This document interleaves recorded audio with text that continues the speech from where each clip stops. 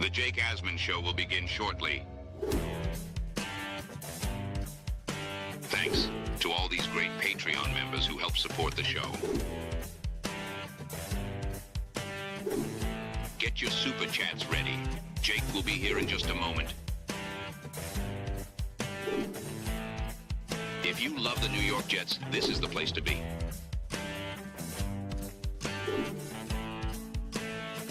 And now, the Jake Asman Show.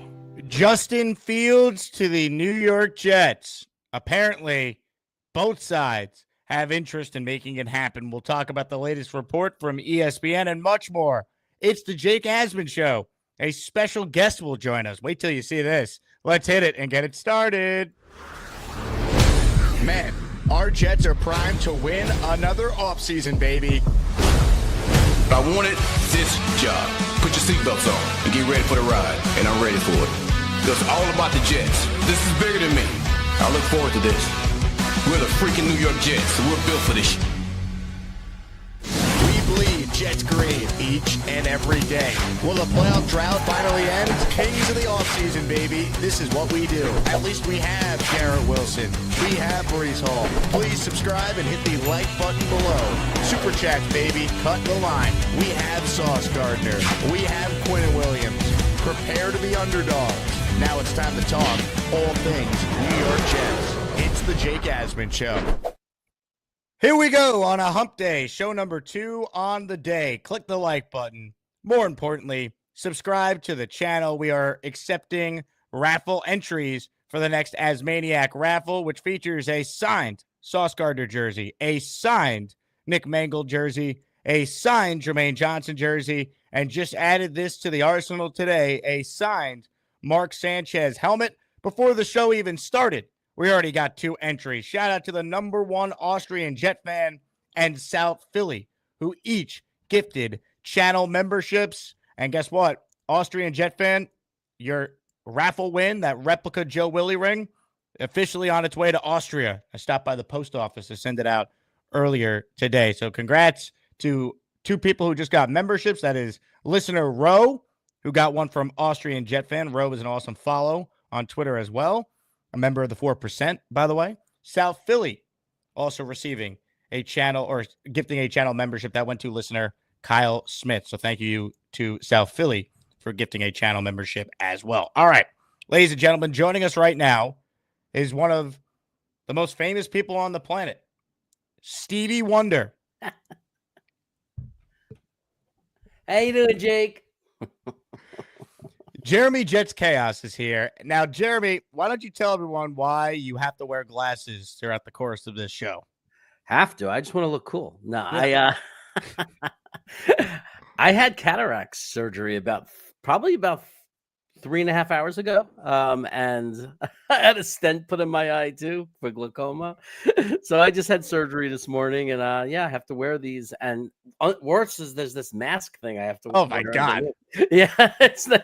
I hit you up to come on the show, and you're like, yeah, I should be fine. I just might have to have glasses. I had surgery this morning. I go, huh? And then when you joined, I'm like, oh shit, he's not wrong. I can't see an effing thing, but let me tell you something. I never turned down the opportunity to talk about the Jets, and there's no way I'm not going to accept an invitation from the legend of YouTube content creators.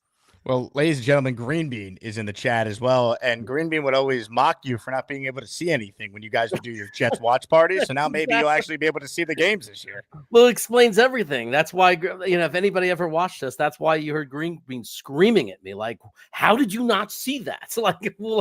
Like you're talking like you're watching a different game. Well, it's not that I was watching a different game. I just wasn't able to see the game.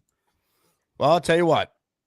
This episode is already off to a wild start, and it's about to get more wild because we're talking about Justin Fields maybe being the Jet quarterback. This was Jeremy Fowler on SportsCenter earlier, giving us the latest on Fields and the Jets. Quarterback Justin Fields will be fielding calls as a free agent. And look at that, senior NFL reporter Jeremy Fowler is now joining us to talk a little bit about this. So, Jeremy, last year, Justin Fields started 6 games for the Steelers. Russell Wilson started the other 11. What is the latest with Justin Fields? Yeah, well, Justin Fields, Christine, is going to be a pretty hot name. Outside of Sam Darnold as the top free agent quarterback, Fields can make a strong argument for number 2. I'm told Fields is open to a return to the Pittsburgh Steelers. He had a good experience there. The belief is that Pittsburgh is also open to that too, but he wants a clean runway to start a full season. He didn't get that last year.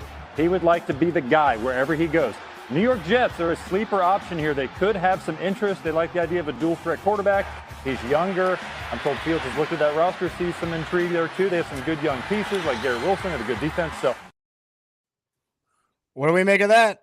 Justin Fields interested in the Jets. Jets apparently interested in Fields. Now, I'm not going to sit here and be like, okay, Jeremy Fowler says that. That means it's happening. I mean, there's a lot of factors here. There's leverage from the Fields camp. You want as many people in on him as possible. But a sleeper option is the term that Fowler used to describe the Jets and Fields. Mr. Stevie Wonder, Jets Chaos, your thoughts? Well, I mean, he didn't actually say he has sources or he heard that. He's basically making his own deductive reasoning, right? He's saying the Jets have said they want a dual threat player, right? A guy who's mobile, a guy who can pass. Fields is that guy. Fields is looking for a place where he can start. So Fowler is basically saying could be interest based on those two things, right? I mean, it seems like a match based on what both sides are saying. I'm not going to go too crazy into it in the sense of that means we're talking to him or going to be talking to him for sure. But I could see why he would come up with that theory that the Jets could be a suitor for Justin Fields.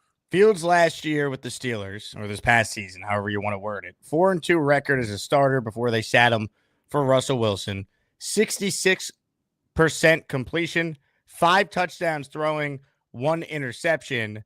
Now, he's someone that's always been able to make plays with his legs, so you have to obviously consider that with Fields. This past year, as a runner, he went out there and he scored 5 rushing touchdowns to go with 289 yards rushing. That was in 6 starts last year. I mentioned the 4-2 record.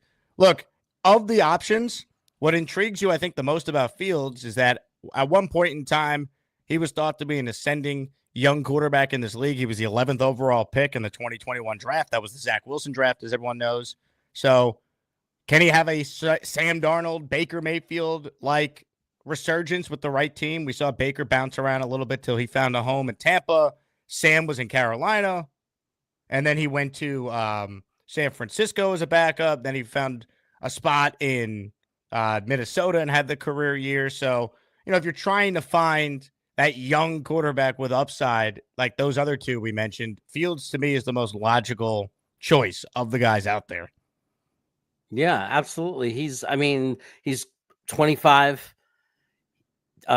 He could, we know at the very least he's a dynamic backup. I mean, he could win you games because of his legs, right? He can create and find a different way to win games. I think the question is, can he be a guy that plays all 17 and find a way to win games more consistently with his arm as well? Because you're only going to get so far. We know there are a lot of games that are going to come down to the fourth quarter, final drives, and your legs aren't going to be, when the clock is running, sometimes you have to use your arm and you have to be able to air it out. So that's going to be a big question mark for him. But he's 25. And like you've mentioned, there have been players who at 25 were nowhere in their career yet, and then exploded and had the best years of their career later on. If you look at his career too, one thing you could point to is he has improved every year. He's been giving a chance to play. Like, obviously, he only started 6 games this year before they went to Russell Wilson in Pittsburgh, but he had a career high in completion percentage. He was not turning the ball over, which was an issue for him in previous years. So he's gotten better. And you're right, he's 25 years old. Plus, the nice bonus would be, I'm sure Garrett Wilson would like having his old college quarterback there, but that to me is not why I'm signing him. Look, if you had him and Tyrod Taylor and a rookie as your quarterback room, I don't think that's bad, all things considered. I think that's logical. It still puts you in position to take the big swing in 2026 in round 1.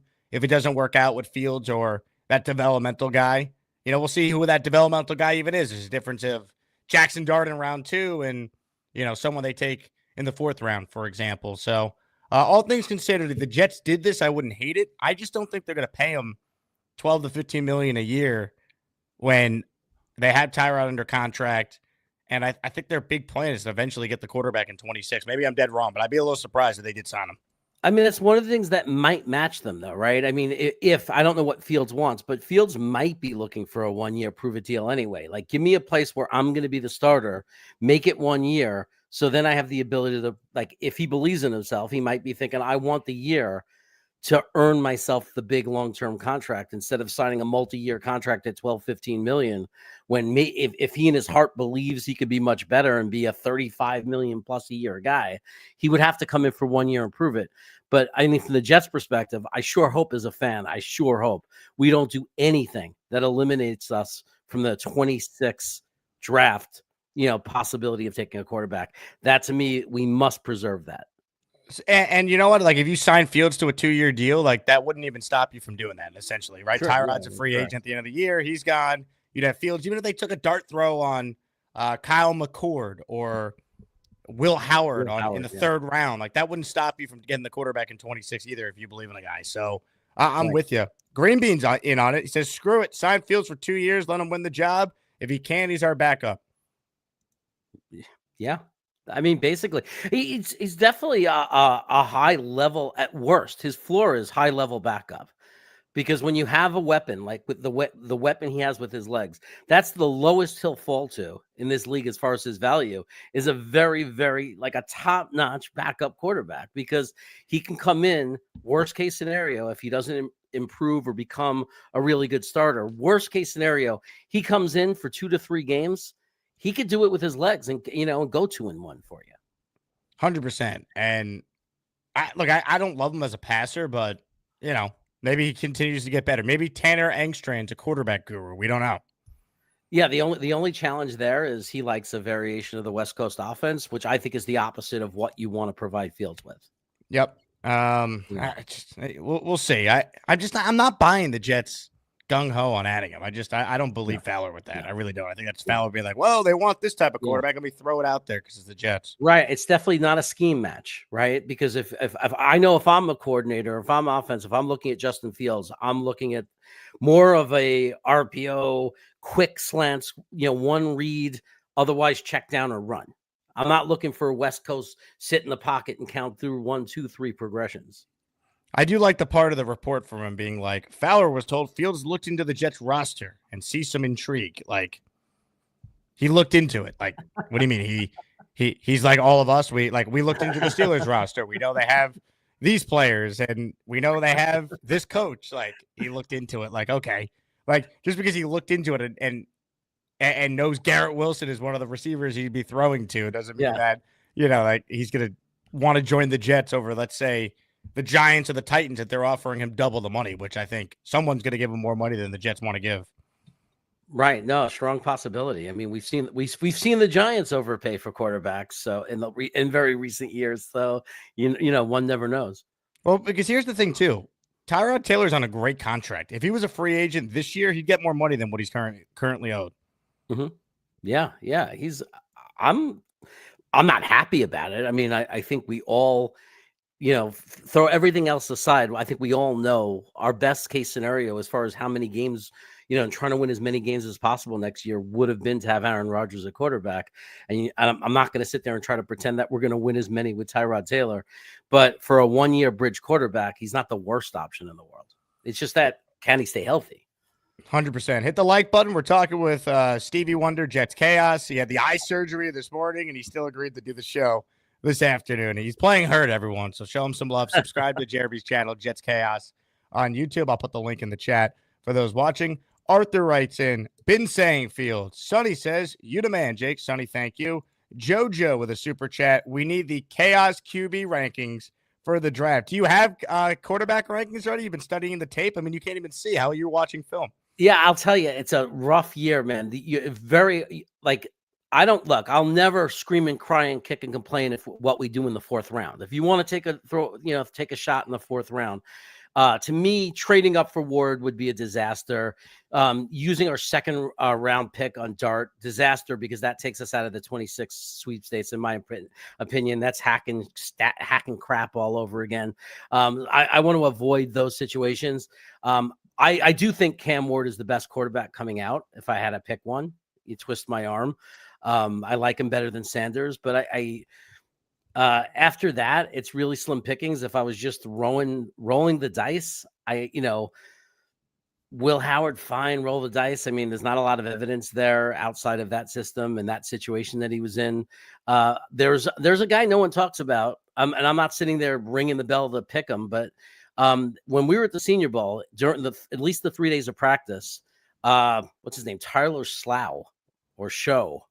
Shuck. Show. It's like a Shuck. weird pronunciation. Can't pronounce it. He was actually the best quarterback on the field for those 3 days, in my opinion. Like whenever there were good passes and good things happening in the scrimmages, all the good deep passes, it was always him. So he actually looked the best out of everybody that was there, and he'd be like a 6th or 7th round pick. He might even be undrafted. I think he was going to be undrafted, but may have worked his way into the 6th or 7th round of the Senior Bowl.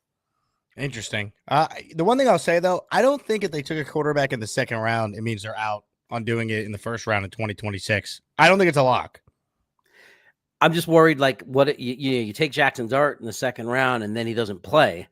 You're really going to now pick I mean, anything's possible. But they go 4-13. Like, I think they're likely going to end up going this year or in that range, and they're in the top 6, 7, and then it's a good quarterback class. And we see, like, last year, 5 guys go in the first 15 picks. They could do it.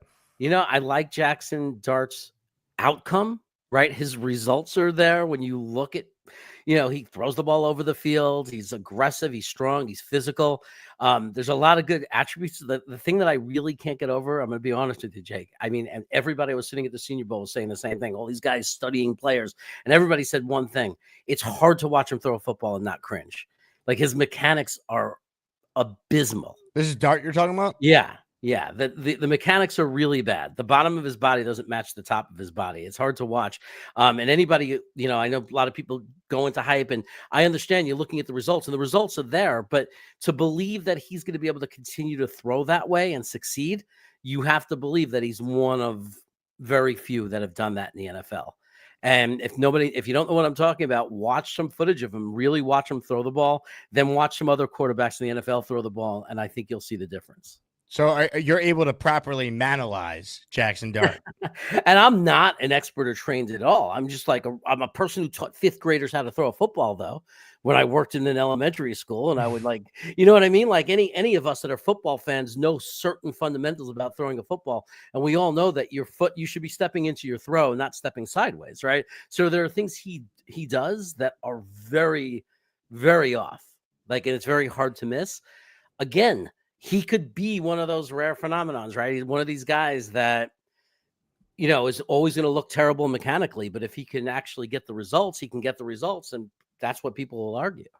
Speaking of bodies that don't match the top half to the bottom half.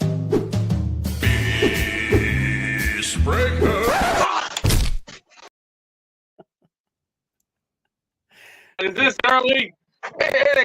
Early in the afternoon a little bit. You know what? Okay, let's go get some punch shots. Let's get some punching in, shall we? Okay, here we go. Right jab, right, left, cross, 2, 1, 2, 3, 4, 5, 6, 7, 8, 9, 10. There you go, wham, wham, boom. It's time for Asmaniac Madness. Who will cut the nets down as the top Asmaniac for 2025? Some of you don't even care, but we do. Let's get to it. Thank you, Jim Nance. Hey, guess what, Jets Chaos? Asmaniac Madness is coming. Selection Sunday is this Sunday. The brackets will be out. You ready? I'm ready, man. I can't wait. It's going down. But I'll tell you one other thing on Dart, though, just so everybody knows. Because I'm not an expert, I did ask, because there are a lot of people in the Senior Bowl that have been prospecting players for years and years, former scouts. Everybody's in those bleachers. But even when I checked with Dom C, obviously who I was with, and Dylan from Jet Nation, I looked at them. Who's this Dylan guy, by the way? Dylan I want to be Dylan. Dylan's a good guy, man. He's a good guy. Tell him to come on the show. Where's this Dylan character? Well, definitely. I'll let him know you're interested. I keep hearing about this mysterious Dylan guy. I don't even know what he looks like. He's like a young Dom C. But anyway, I looked at them and I said, I said to them, look, that looks bad to me. Am I wrong? And Dom C looked me straight in the face, and we all respect him. And, and he looked and said, Jeremy, it would take 2 years to fix those mechanics. And I was like, okay, that's pretty scary. But you know what? Again, the results are there when you watch. Like, how did he manage to do it though? Because in college, he got the results. He did a lot of great things in college. Ladies and gentlemen, when it comes to the Senior Bowl, Jets Chaos is an expert in how to navigate and talk to a who's who at the Senior Bowl. Okay, good luck, Coach. We love you. I love you too, Jeremy. You look mighty cute in those jeans, brother. I knew you'd throw that in somehow at some point. Was it sad to not see the love of your life, Jeff Ulbrich, at this year's Senior Bowl? The go from Jeff Ulbrich, who, by the way, at the time was coming off a fantastic year as defensive coordinator, and to go to the New York Giants quarterback coach as the guy to see talking and whatever speaking, a little bit of a letdown there. A little bit of a letdown. Wasn't very interested in chasing the coaches around, that's for sure. Hit the like button if you're just tuning in. We're talking with Stevie Wonder, Jets Chaos, joining us fresh off his eye surgery this morning, playing hurt. Make sure you guys are subscribed to the channel. I said it at the top for those tuning in and for those who caught the first show today. In addition to our 3 other major raffle prizes, we have added a Sanchez autographed Jets helmet, Mark Sanchez, to go with the Jermaine Johnson signed jersey, the Mangold signed jersey, and the Sauce signed jersey as our top prizes. For those of you, by the way, who aren't watching live and want in on the Asmaniac raffle, you'll see there's a button that says thanks if you're watching on the desktop after the fact. So you could send in a super chat there to be entered in. Reminder, $20 super chat is the equivalent of 5 raffle entries. So another way for you to enter if you can't consume this show live. As far as where this team is at beyond, the debate on which quarterback they're going to sign, give us your thoughts on this number 7 pick. Let's say they don't take a quarterback there. They don't trade up.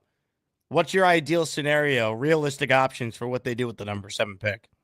Well, I would be thrilled if you need a trade partner. But if for some reason someone slipped, if one of the quarterbacks slipped that somebody wanted, and we were able to trade back to anywhere from 15 to 20 and gain like a second and third round pick or second this year, second anything, get some more picks.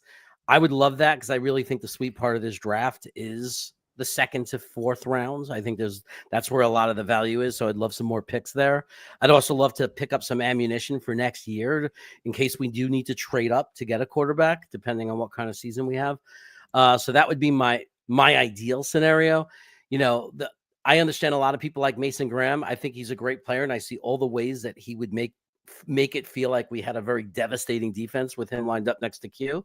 The problem I have with that is I like T-Mac.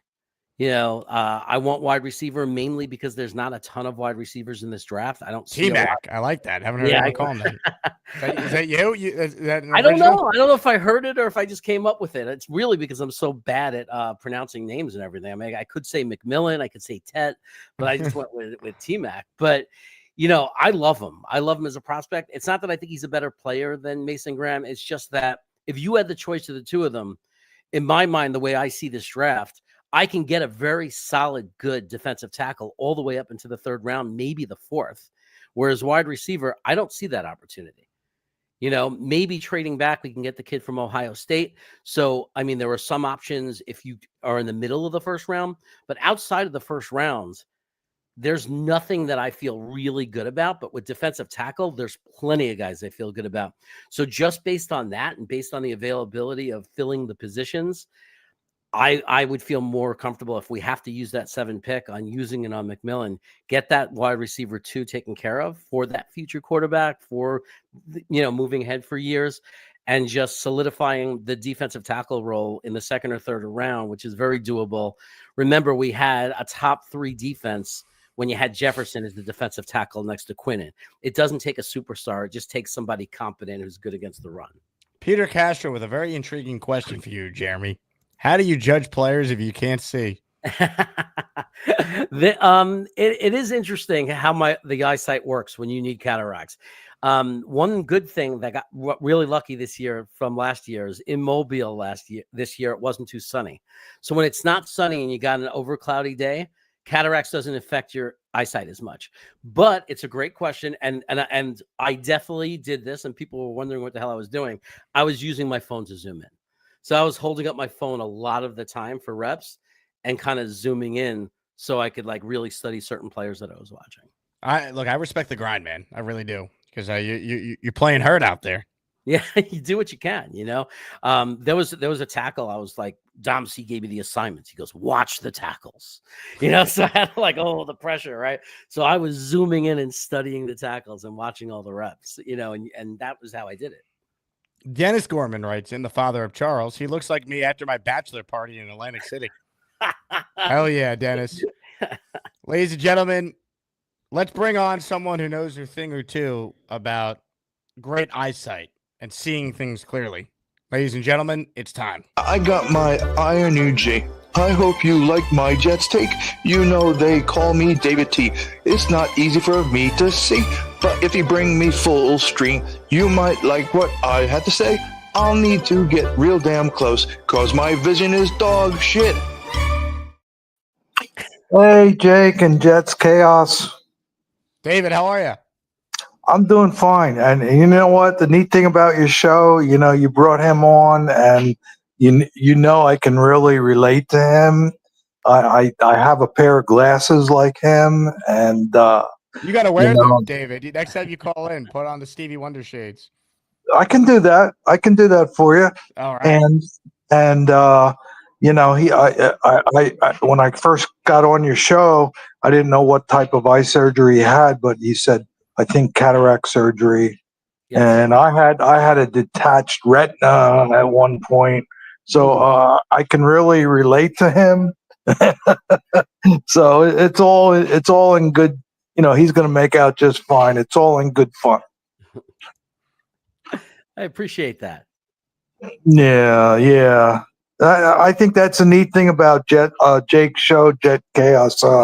You know, he brings all his guests and people he interviews and all, and you can relate, you know, with your own life, you know, not only, you know, towards Jets football, you know.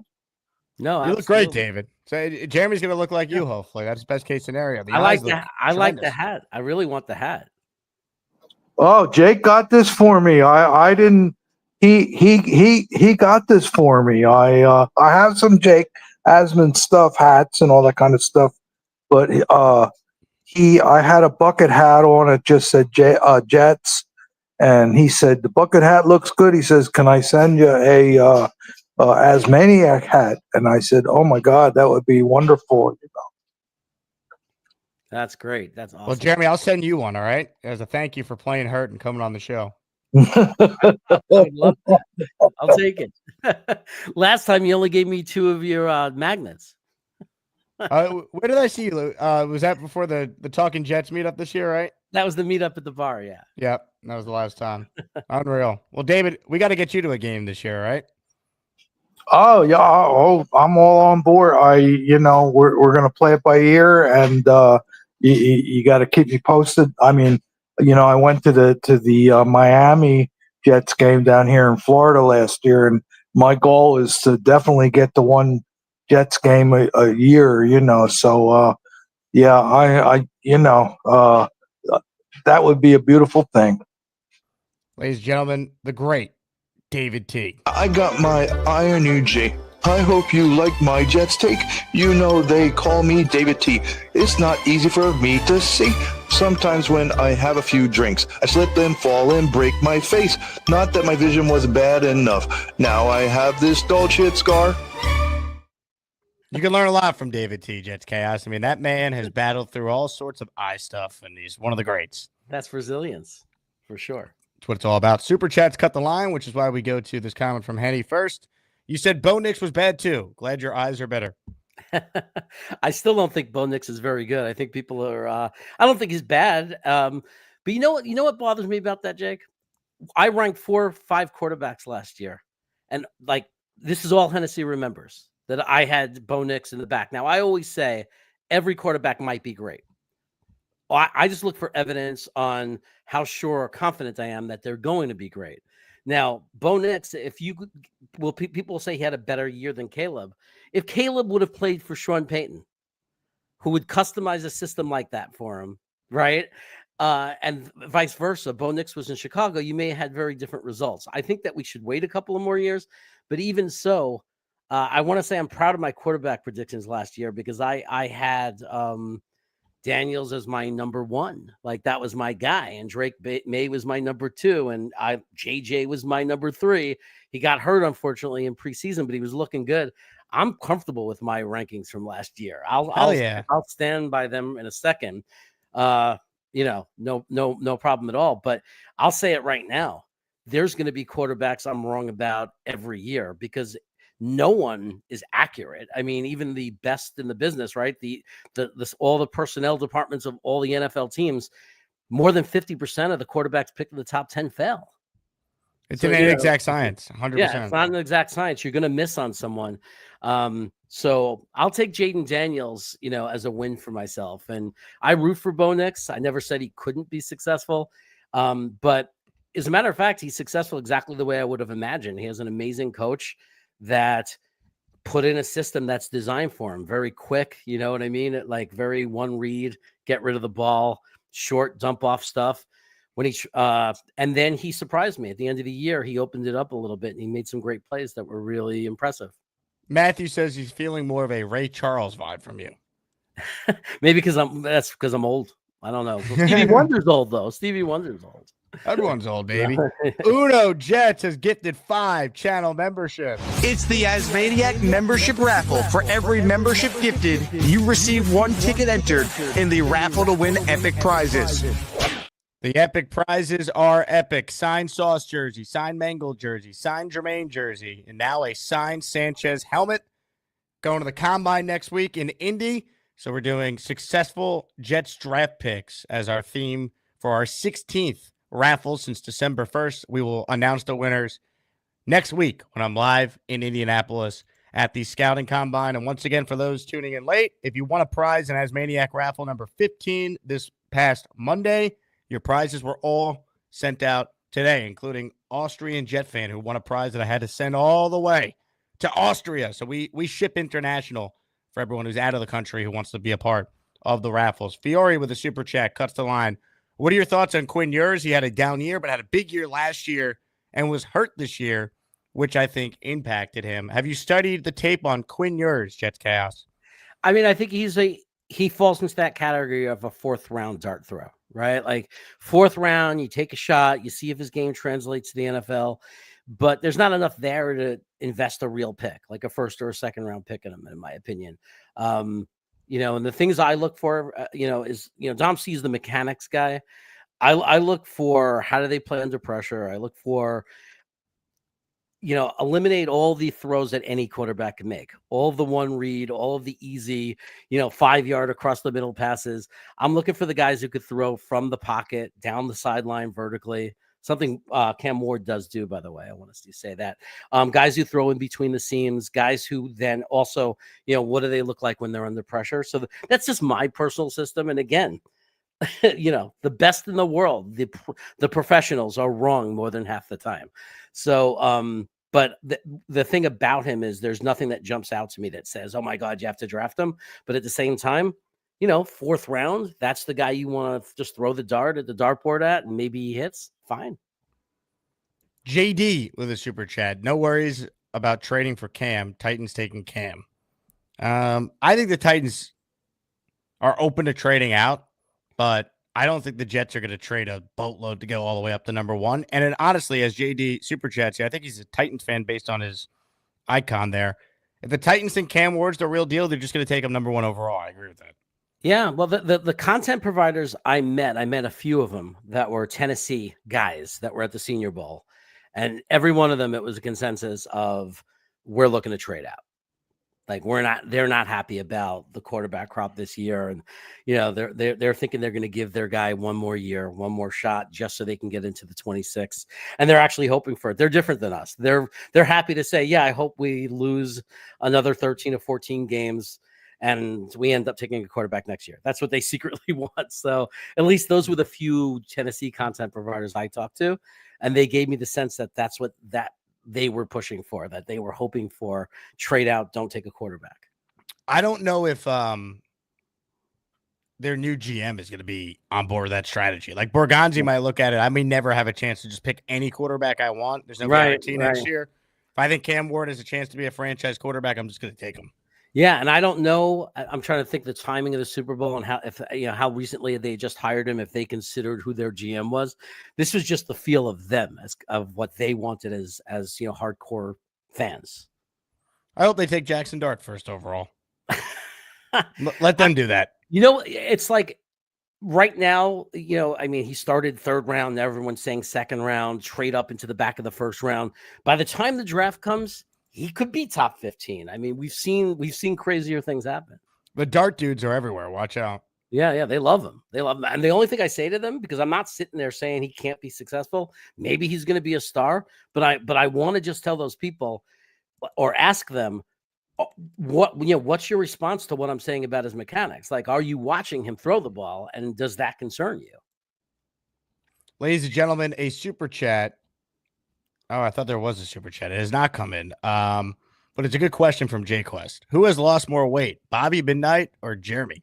You look good, Jeremy. You've lost a lot of pounds. I super appreciate that. I'm down 55 pounds. Holy, I think you're winning then. You're defeating Bobby Midnight in the weight loss challenge. My goal is I have a goal set actually for Matt O'Leary's wedding. So oh, that's great. Do you think Matt's gonna put all the Jet content creators at the same wedding table? I am definitely imagine in my head I'd be sitting with Green Bean and Ryan for sure, and whoever else he invites from the. I'll be there. You're there too. Cool. Yeah, awesome. I wasn't sure. I didn't want to say anything, but yeah, man, I'm sure we're all going to be together at the same table. You know what's great about Matt's wedding? I have never I gotta save the date for his wedding. Then before this wedding I have in March, already. Matt is so on top of it, man. It's crazy. I know it's sitting on my fridge, and I'm just like. I gotta book, being on the West Coast, I'm like, man, I can't forget about it because it's good that he gave me this notice for booking flights, but it was so early, I can't even book a flight. The airlines don't even list the flights yet. Wow. Hopefully the Jets are home that weekend. Then you could be able to go to a game while you're in town too. Oh, it'd be amazing if we could somehow spin it. The only problem is I kind of want to get out of there because if I don't, then it's Thanksgiving. It's like the next. Oh, is it that weekend? Okay. Yeah. So that's why I kind of scheduled it to go to the wedding, come the week before, get out of town the Sunday after his wedding. But if the Jet game is playing, I'll talk to the wife. We'll figure it out. I mean, how do you not take advantage and figure out how to go see the game, if they're playing the next day? Got to make it happen. Omar Ochoa has become a channel member, and Omar joins the Asmaniac Raffle. Love it. Omar, thank you very much. We'll get you down for one. Danger Zone wants to know who wants to crash O'Leary's wedding with him. That'd be great. Let's just say there's going to be some people that are trying to enter the premises of the O'Leary wedding. I'm joining him on his show, by the way. Danger, Dano. So that's on Friday night at I believe 9 p.m. I'll be on his show with him. For you, that's 6 p.m. That's prime time. Just give him a little plug. Yeah. No, it actually works for me. I'm glad. The scheduling works better for me being earlier. So JD wants to know, where do you have Cam ranked next year, 4-5? So of the guys next year, where would Cam Ward be?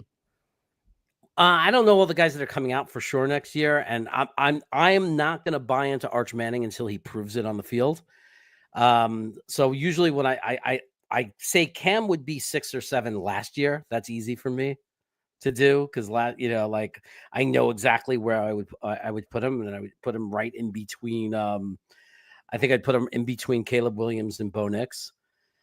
And Sanders would actually be behind, 7 or something. He'd be last out of those guys. But going into next year, the only guys I really know for sure that are coming out. I mean, I know there's the kid from LSU.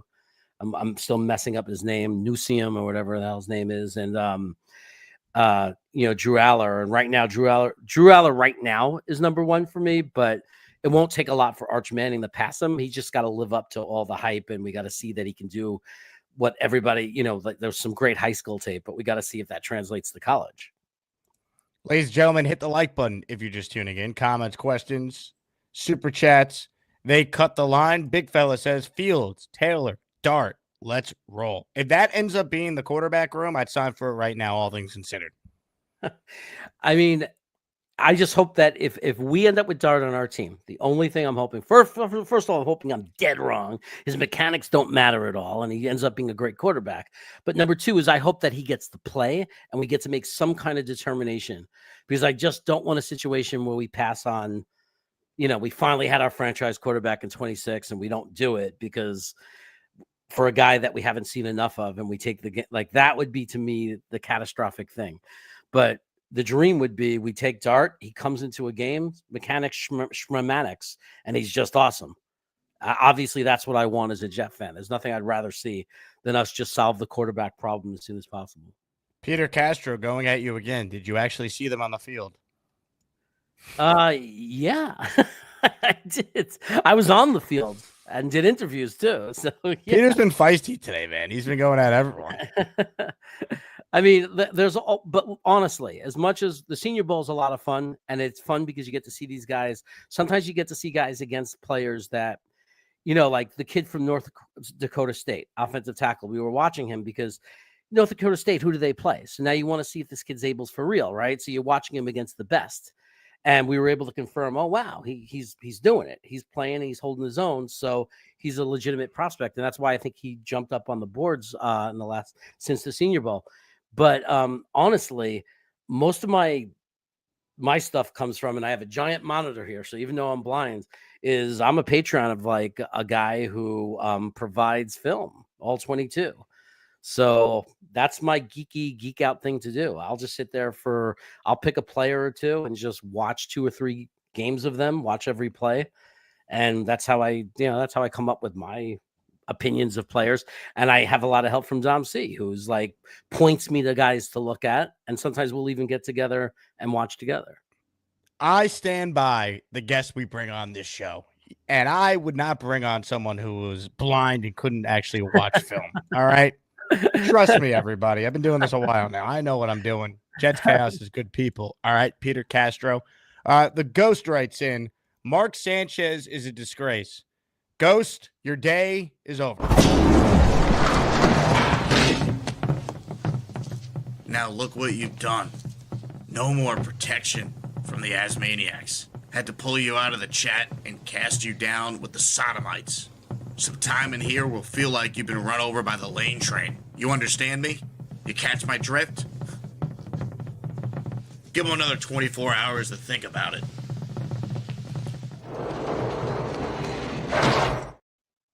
No disrespect for the last quarterback that won playoff games with the New York Jets, baby. You know what? I was thinking about it the other day. Because I was thinking, we traded up and got Mark Sanchez, and he played the 4 years, and then he evaporated, right? And he's gone, and it never turned out to be the franchise.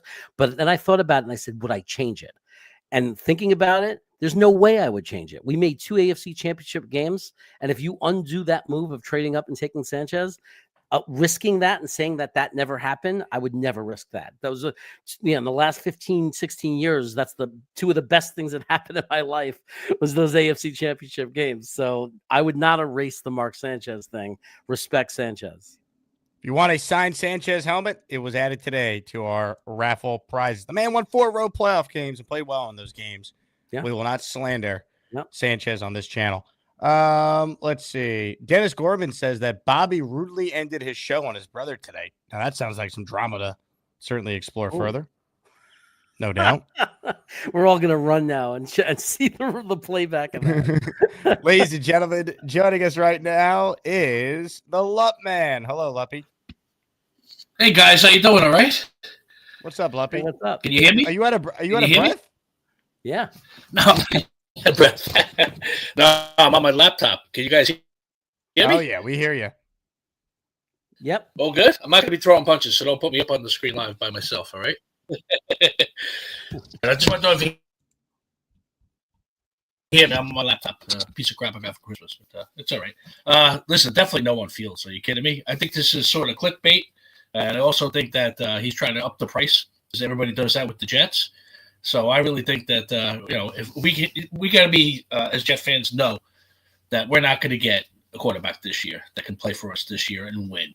So we just got to buckle up, all right? And we have to take our lumps this year. And I believe the following year is the year that we're going to get who we need.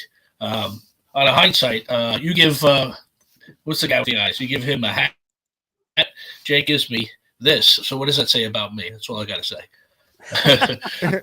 Luppy, you're the man. So that's all I got to say, Jake. I just think we should go for it. But, all right. Love you guys.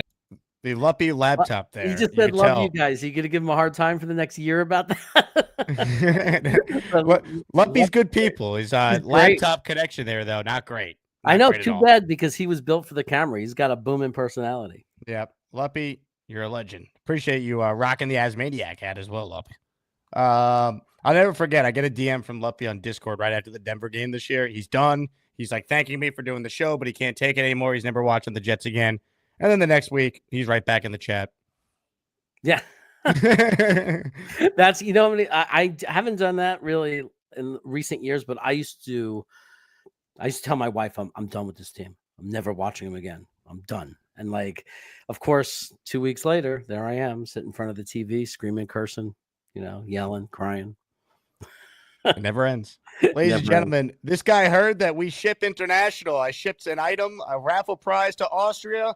Craig is trying to get something sent all the way to Australia. How about this? A 5-spot of channel memberships gifted by Craig down under. We're the freaking New York Jets, so we're built for this shit. All right, the following 5 people just received a channel membership from the great Craig Wilton, my brother, Zach Asman, Danger Zone, Sunny85, Matias Morales, Luis Cordova. I really have noticed YouTube has truly upgraded how they use the algorithm to randomly assign memberships, because those 5 people all have either super chatted or commented a lot recently. So the algorithm is doing a much better job actually assigning memberships to people that truly deserve them, which is nice. Yeah, that's awesome. That's awesome.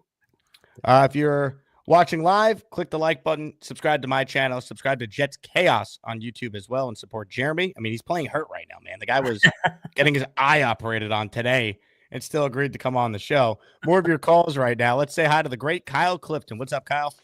Yeah, I love Luppy too, but I'm about to go in on him for Justin Fields' take. The whole reason that you want Justin Fields is because this quarterback class is crappy, and you know that Justin Fields might not be forever. Whoever you're going to get as a bridge quarterback is just that, a bridge quarterback.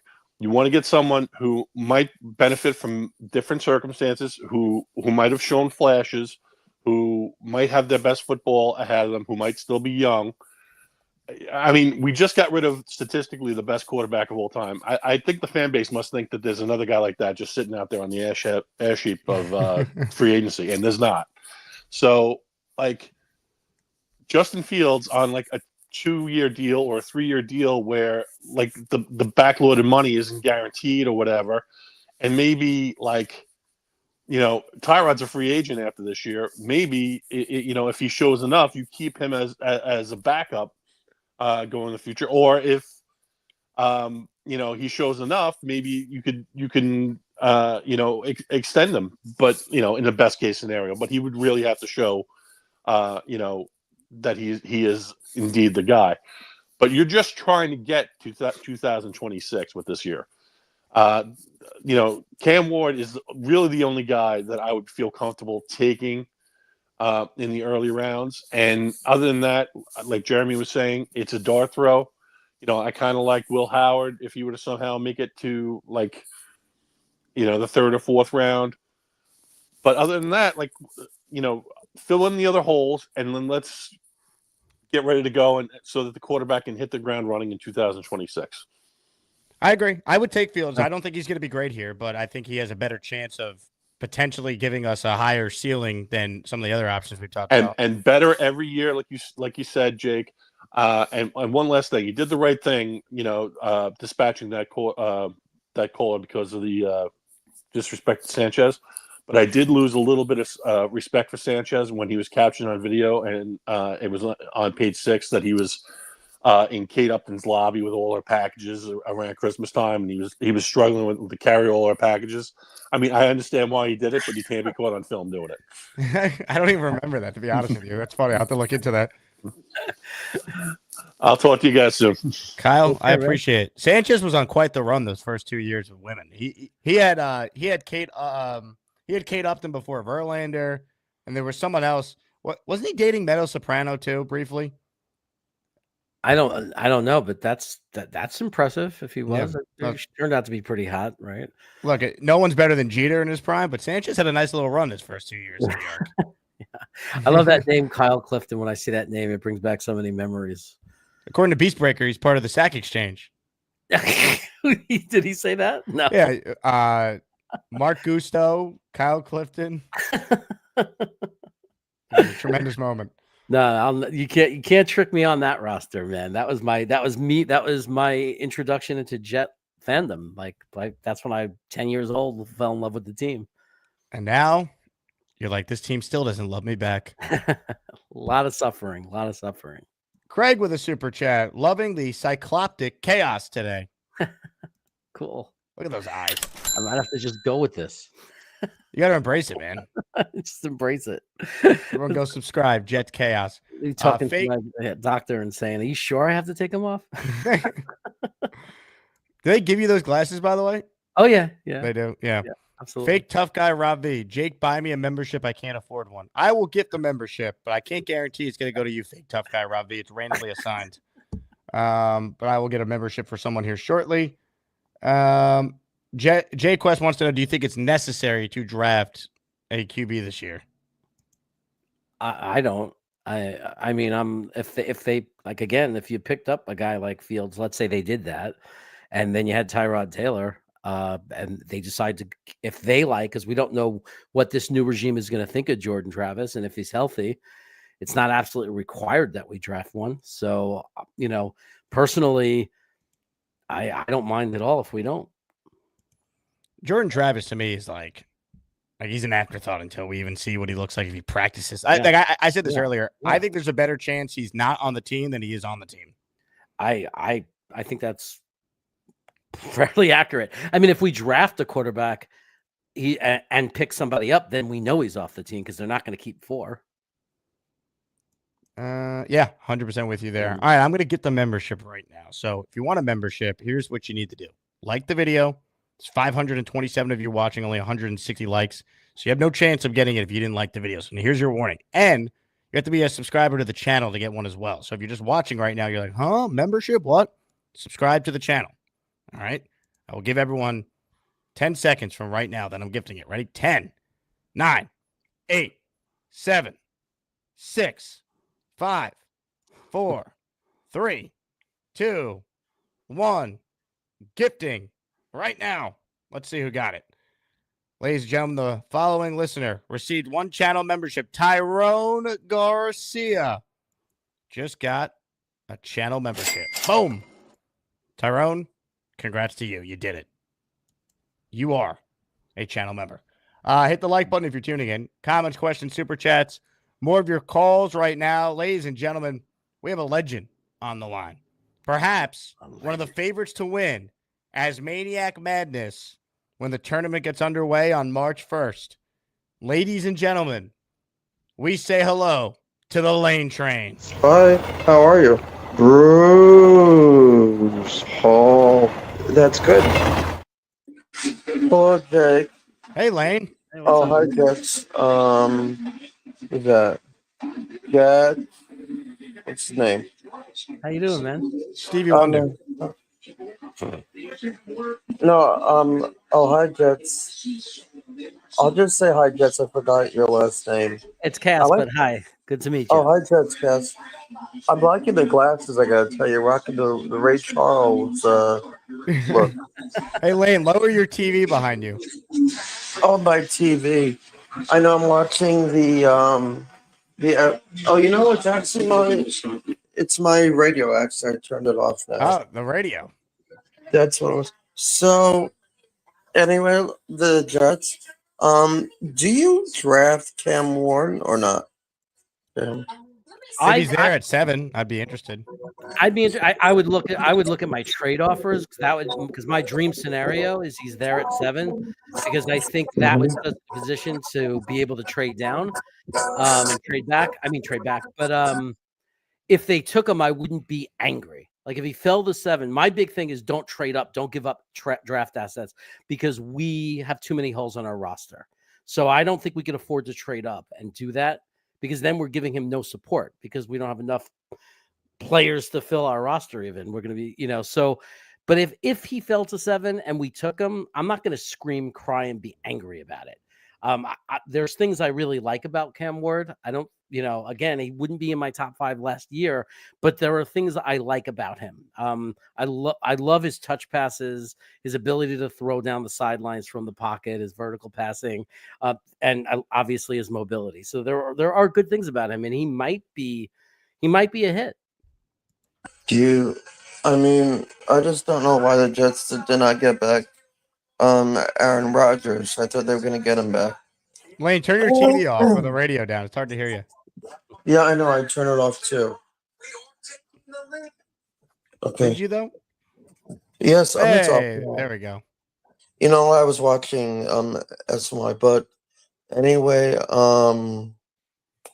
yeah, I mean, honestly, if I wanted to have Aaron Rodgers back, they would have to re-sign him.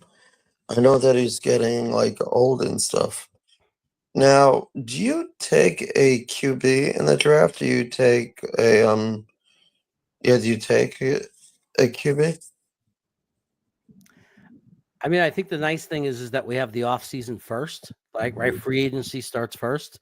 So I think that's a question that depends on what we do in free agency.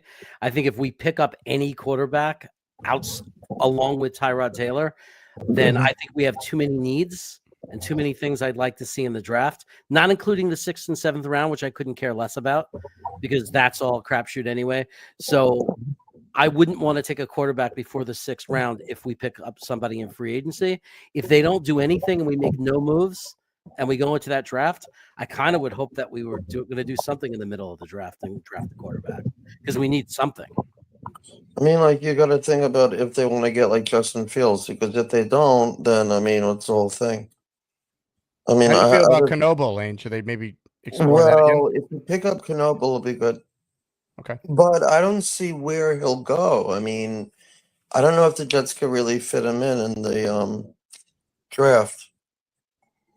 I just don't know why. It's true. Because he now, might Lane, want too much. a lot of people think you're going to win as Maniac Madness. Have you thought about your chances of winning? Yeah. I could see it happening. But it's a lot, but if I win, it's going to be good. I think you got a chance to win, Lane. I think you always provide a lot of entertainment and joy to the people that watch the show. I could do it. Be good. Then what is it though? I never really heard of it before. Well, you're gonna get a trophy, and then for the entire year, you're the number 1 as Maniac.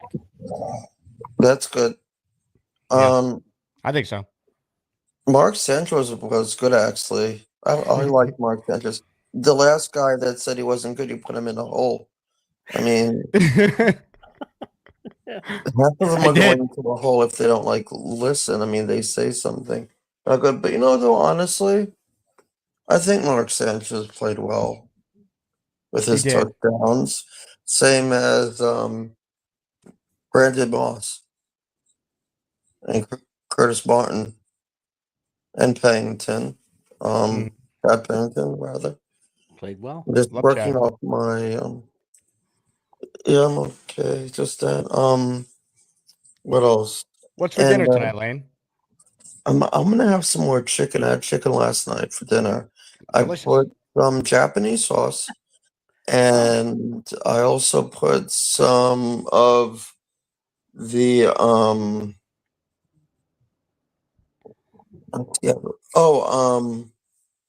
there was a so I put this. No, actually, my parents did it. I had Japanese sauce, and I also had a what was the other sauce I had? It's called it's like a tart sauce. It's not Teriyaki pineapple. sauce? No, it was I forgot something. Someone in the chat will know. Yeah, it was. Yeah, it's like the chicken itself. So sometimes I just put it in the pan. Polynesian sauce? Worcestershire? Yeah, Worcester sauce. That Wow, stuff is there we good, go. actually. It's like it was like a quiz. Wow. I pulled the Jets quiz Chaos on you speaks Lane Train. That's incredible. about the quiz. About also asking you a quiz about what it was. Um. So Bobby's weight has gone down. I gotta tell you, he looks good now. He's on his weight loss journey. I love it. I didn't see the show today, but did he go after his brother? Apparently, they got into it. Mikey's funny though. Now I could hear him. He's talking into the camera. Hey, Lane, what do you think of the intro that was voiced by Jim Nance for Asmaniac Madness? It's time for Asmaniac Madness. Who will cut the nets down as the top Asmaniac for 2025? Some of you don't even care, but we do. Let's get to it. I saw Gary. That one, okay. Gary in space. You had Bobby, me, Beastbreaker, and who was the other guy? But it was funny. You made him into like toy figures.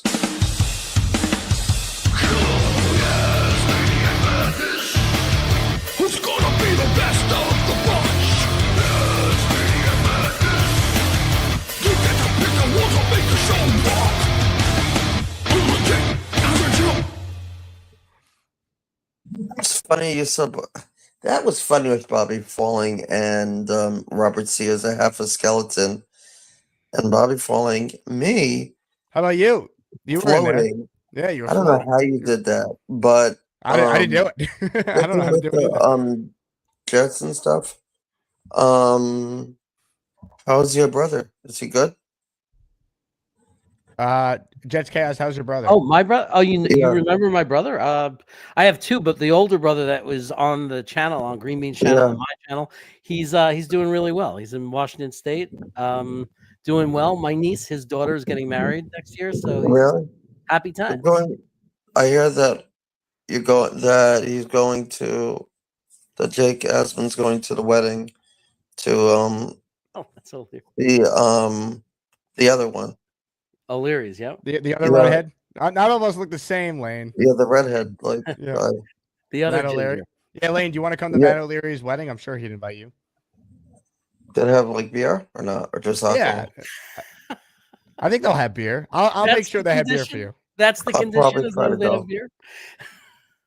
Yeah, I like beer. Actually, I'll probably try to go there. Actually, probably take somebody that. Beer's good. Okay. Ooh, you want to take a Probably date? take my girlfriend. I'll probably take Ooh, my a girlfriend. girlfriend. Lane, are you holding out on us? You have a girlfriend? No, she needs help though, but I'll bring her. Okay. Anyway, I'm excited to meet her. Hopefully, Carl will be there. Wait, Jake. So, how's your brother? Jake. Is he okay? My brother's good. Yeah, he might be watching the show right now. He got a membership earlier. Nice. You could put him on the show one day. That would be good.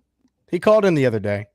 I mean, why do you think the Jets can they Stink? draft a quarterback?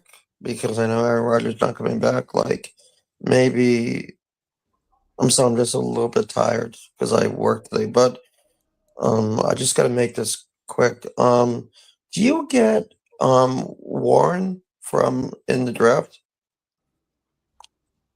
You know, it's a great question, Lane. Do the Jets get Warren in the draft? Find out on April 24th. Hi. Sorry, everybody. See you next call when we talk about sports again. You know, Lane does bring up some good points there, Jets Chaos. If the Jets were to take Tyler Warren, 7th overall, how would you feel about a tight end with that pick? I mean, look, it's not the best draft up top. If nobody's willing to trade with you, there's a lot of picks I could live with and shrug my shoulders and say, well, if they love him, but I cannot ignore the irony. If we were to take Tyler Warren at 7, after everything that happened with Bowers last year and all the infighting within the Jets fan base, if we were to end up taking Warren at 7, that would be incredibly ironic. It would. I don't hate it as much this year as I would have last year, though, because I feel like last year they needed an offensive lineman, and thank God they took Olu because he's really good, and he's now their franchise left tackle. Absolutely, and we need a right tackle. So can you imagine this year on top of everything else needing a right tackle and a left tackle? So I'm really happy with the Olu pick, but again, dream scenario for me, get somebody who wants to trade up, trade back to 15, get Tyler Warren in that spot, and get yourself an extra second round pick, and I'm all over that. Comments, questions, super chats. We'll cut the line. We have a little rapid fire segment we're going to do right here. We're going to go inside the mind of Jets Chaos as he answers each of these questions. Hard-hitting questions, I might add, from one of our esteemed listeners. Knob Craft writes in, Jeremy, is there a safety you have your eyes on? I think it's too. I don't think we're gonna pick. I don't think we're gonna pick safety at 7. But there's in the second round, there's a chance. I like Xavier Watts because I think we've needed the type of safety that causes turnovers, and I think that's specifically what, if he works out, looks like he's going to be. He's like he's the kind of player that makes big plays. So Xavier Watts would be the safety that I'd like in the second round.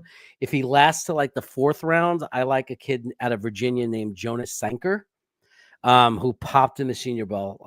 And I love it when this feels great, by the way. And it wasn't just me. Dom C and I both fell in love with this kid at the Senior Bowl. He was literally like 250. Like, he was a guy you can get in the draft in the 7th round.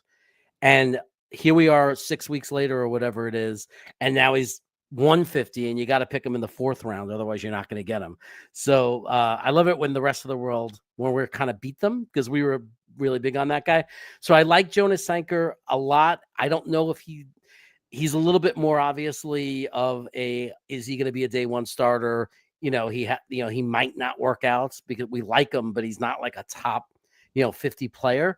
So Xavier Watts is like, to me, a day 1 starter, whereas Sanker is a guy where you might be able to find a solid starter in the NFL in the 4th round, which is always a necessary thing when you're building a championship team.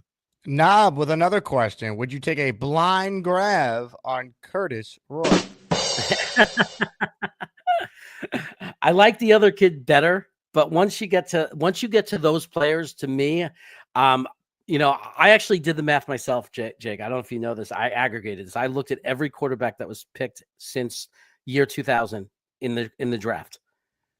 From that to 24 years or 25 years of drafting. And any quarterback that was picked in the 3rd round or later, out of all those quarterbacks, 4% became starters, and half of those became really good ones, and everybody knows who they are. Kirk Cousins, Russell Wilson, the kid, I'm drawing a blank. Purdy. Purdy, right? So everyone names those few guys, right? And that's their justification of you can get a good quarterback in the middle rounds. What everybody forgets is the 100 guys who never became anything. So it's basically, statistically, any quarterback you take after the 3rd round has a 4% chance of ever doing anything. So I don't care which one it is, as long as it's one that our personnel is really evaluating and falls in love with and likes. Knob writes in, are you confident in our coach's eye for talent? I don't know. What I do know is that they came from a team that knows what it's like to see a franchise turn around. They know what good play looks like. So when they're in camp, they're going to, they know what it looks like when you have a team that looks like it's going to be competitive or not be competitive. So I think from their experience, I feel confident that they're going to be able to recognize where we're weak and where we're strong. Super chats. They cut the line. Uno says there's nothing out there. Bring Rodgers back. I mean, I would have. He's playing, by the way. There's been multiple videos of him working out, photos of him posing with other NFL stars at his training facility in California where he trained. So anyone who thought Rodgers is retiring, doesn't appear like that's happening. He's preparing right now like he's going to play. It'll be interesting to see where he goes.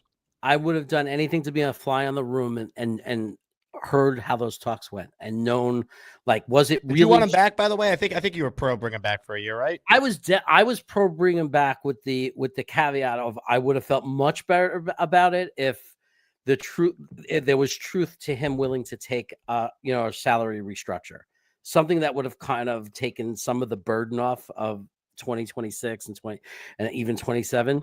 But even if he didn't, my only caveat was, is he willing to play their system, their offensive system?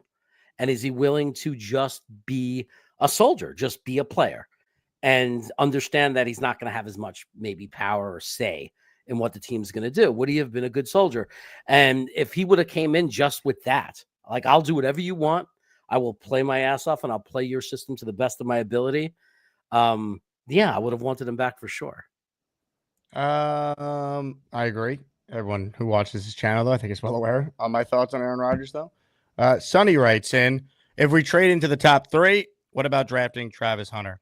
I see no scenario where the Jets are in position to trade up to take a player who's not a quarterback. I just don't buy it. Yeah, it just costs too much. It just costs you too much. Like the second round pick you're going to give, I'd rather have the 7 and the 42 over Hunter. Knob was back with more questions for you. A lot of questions today from Knob. How many wins can you see for the Jets in 2025? I'm not that optimistic. You know, with Rodgers, I was thinking maybe we had a shot at 9 or 10 wins because, you know, take away those few games with the kicker. You know, I was there for the Denver game. I mean, you know, you turn those games around, you put in some good coaching. And I thought we had a chance. Now, honestly, 4 to 6 wins. Oh, yeah.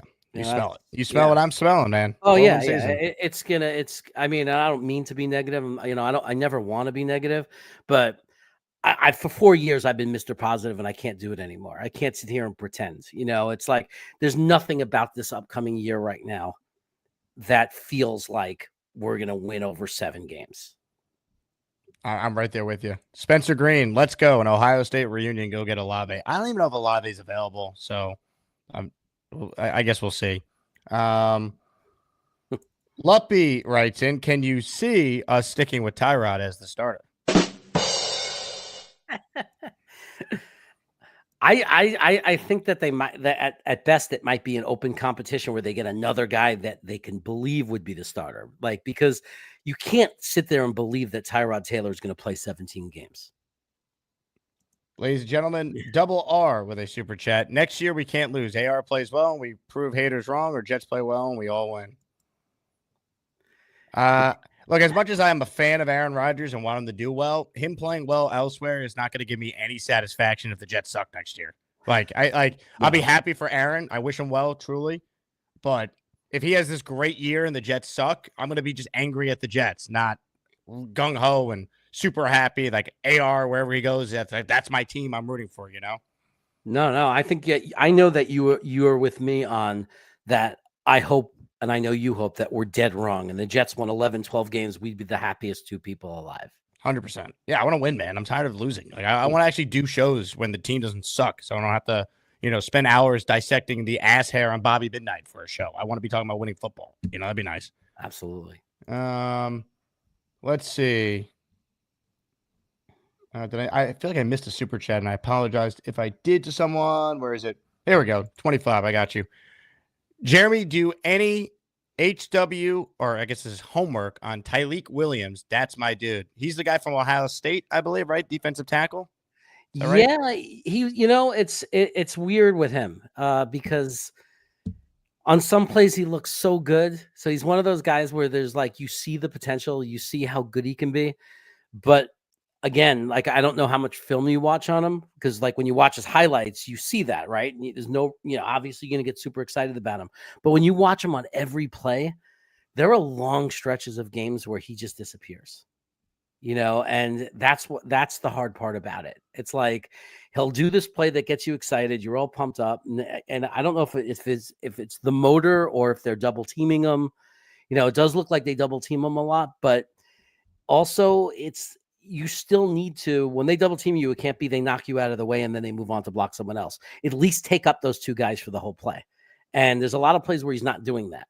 So it's like, I consider the fact, with the double teaming him, you can't expect them to make a big play, but you have to like, if they double team you, if you're going to be someone I want in the draft high, that I think is going to be a star, you have to at least make those 2 guys force the offense that they have to utilize those 2 blockers on you the entire play.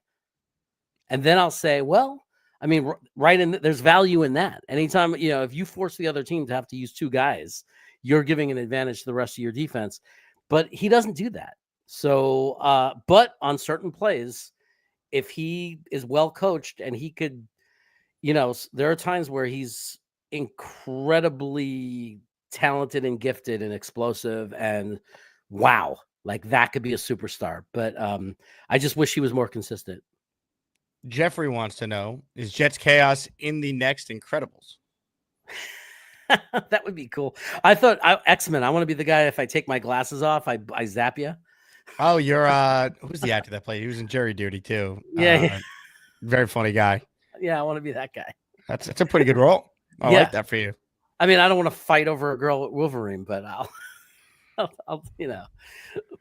take the superpower of being able to like kill people with by taking my glasses off. Hell yeah. Ladies and gentlemen, shout out to all the Patreon users, including Matthew Lemke, who just joined. He signed up for the year. He saved 15%, and he gets himself, for joining the Patreon for the year, 10 raffle entries in the next Asmaniac raffle. Matthew, get your ass in the Discord now that you're on the Patreon. That's the place to be for all Asmaniacs.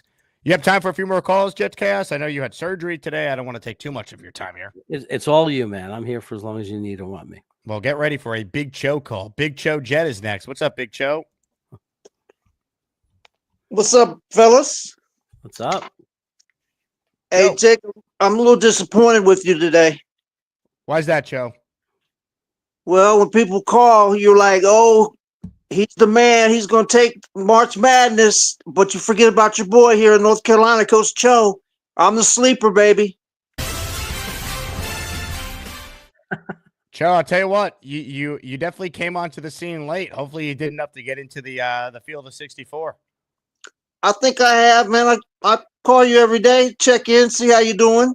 Make your case to the committee right now. I don't know if you're in or not. I'm not going to open up the bracket because I don't want to be influenced during this call. I don't remember, to be honest. So, Big Cho, make your case to the committee. There's several of them watching the show right now. Why you believe you belong in Asmaniac Madness. It's time for Asmaniac Madness. Who will cut the nets down as the top Asmaniac for 2025?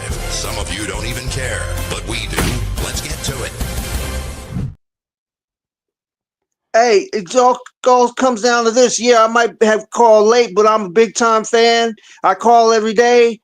I'm actually a college coach in Division II at Catawba, so I know what I'm talking about as far as X's and O's with basketball. Used to coach football as well in high school. And the other thing is, too, it doesn't matter if it's basketball or football, you're still working with men trying to create them into a big family, and it doesn't matter what sport you're in, you're still trying to develop the young men into grown-ass men, and that's how you do it. So I feel like I'm qualified to run the show. Ladies and gentlemen, Big Cho Jet.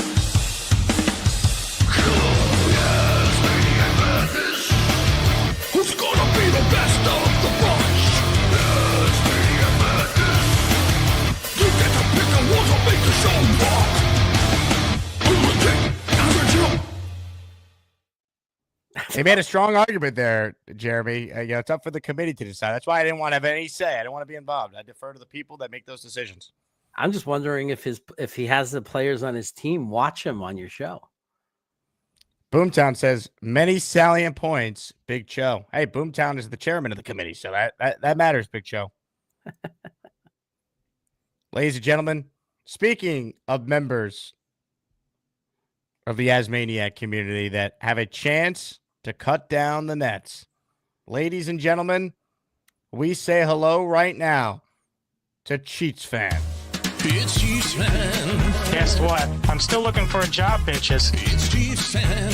I'm just going to rub my hands together all day. It's Chiefs Fan. There's a whole lot of DNA on this couch. Let's hear it for Chiefs Fan. Look, it's my dead neighbor that I didn't kill. What up, Jake? What up, Jets Chaos? I hope to cut down the nets. I hope my Mizzou Tigers cut down the nets, but I don't think that's happening. Cheats Fan, how are you, man? I'm good. I stayed up late with the guys in Shiner's Discord last night watching blooper videos and woke up early. Woke up early, went outside, cleared the snow out of my path, and went back to sleep. I slept into 10, and then I went out, cleared some more snow. I'm doing good. We were supposed to get snow all day today, but it's all clear now. Danger Zone writes in, Chiefs should go one and done. His calls take too long to ramp up. So Danger Zone, Dano, he wants you to bring the intensity earlier. Wow. Right there, bud. Right there. Strong. Talk all that shit, and you're gonna get eliminated early, little bitch. Whoa. I don't even know if Dano's in the tournament. No, he's not. He's not eligible. He hasn't called in. All right, then he can sit his ass down and let the real man talk. Oh, get his ass, Chiefs fan. Wow. Shots fired. I got like 9 hours of sleep. I'm full of piss and vinegar today. I'm usually like tired. I see that. Jeez. I kept my apartment cold for one cheat. I'm trying to keep my apartment cold so I can sleep longer. Save money on the heat. You do any snow angels, by the way? Nah, not that much snow. There was a bunch of clearing, but yeah. As for you guys drafting, I think you need to go defensive in the first and second round. Maybe a tight end, maybe. I don't know if you guys draft a wide receiver, but it is what it is. For those who want you to draft Dart, if he's a second rounder, okay. But I just want you guys to like your defense is like Swiss cheese right now. J-Quest writes in, typical Jets. We can't even win a tourney for a Jets YouTube show. It would be pretty funny if Cheats fan won the tournament and he's not even a Jets fan. I mean, I am going to a Jets game next year. I was talking to the Shiners, and I was thinking about going to one against the Patriots, the Broncos, and Cowboys fans. So I was thinking about going so I could talk the most shit to Broncos fans or the Patriots fans, or just piss off Cowboys fans because it's fun to piss off Cowboys fans. Now, Jets Chaos, let me tell you what we're going to do for Cheats fan here. He's so big and famous that, we want him to have a little fun, if you know what I mean. So we're getting him an escort when he shows up. An escort will be taking him around everywhere. Right, Cheats fan? Mm-hmm. Oh, yeah. I know exactly who that escort's going to be. Blonde or brunette, Cheats fan? I don't think you told us. I like them redheaded like Becky Lynch. Oh. Male or female escort? Female. Okay, because she does call herself the man, so we had to ask. Yeah, we got to make sure that he doesn't go too far away. You got to, Yeah. I don't know. I mean, isn't she still with Seth Rollins? She is, but I'm talking about I like redheaded girls. Right. Jake, you remember Totally Spies growing up? Who? Totally Spies, the three girls. What was the knockoff of Charlie's Angels? I don't. Redhead? Okay, that's what got me into redheads. Was Totally Spies. I see.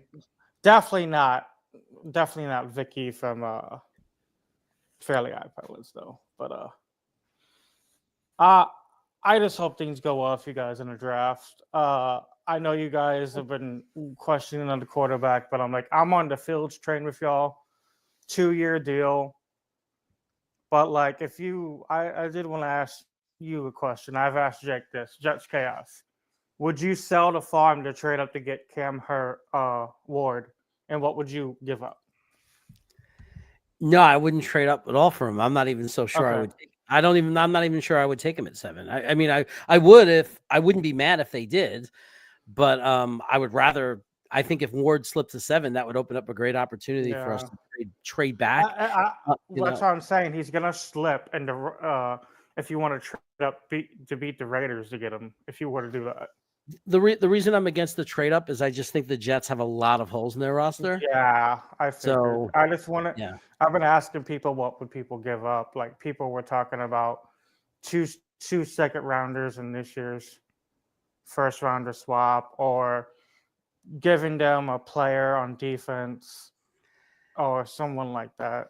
It's interesting to hear Jet fans say that to trade up, because one of the biggest complaints from Jet fans is that we draft these quarterbacks and don't give them the support or put the players around them. And they literally want to trade up and draft the quarterback so we can be guilty of the same thing, because then we're not going to be able to put the players around them. I was talking to them in I'm like 4 different football servers, and I was talking to a few of the Jet fans, and they're like, "We'll be fine to trade up." Like 6 out of 10 wanted them to trade up, while the other 4 of them wanted them to stay where they're at and trade back to get more capital. Yeah, well, this is the right draft for it, because this is a bottom heavy draft. Like one of them I was talking to, he said, "We'll trade, but if we trade back to 15, I want to milk as much off the 15 pick. Whoever picks at 15, they shoot up to 7." Like, Sure.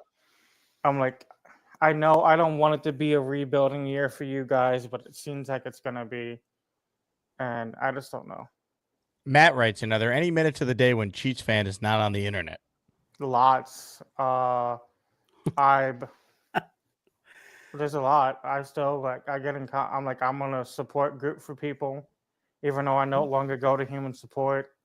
I still stay in that support group, so I still text people and call people.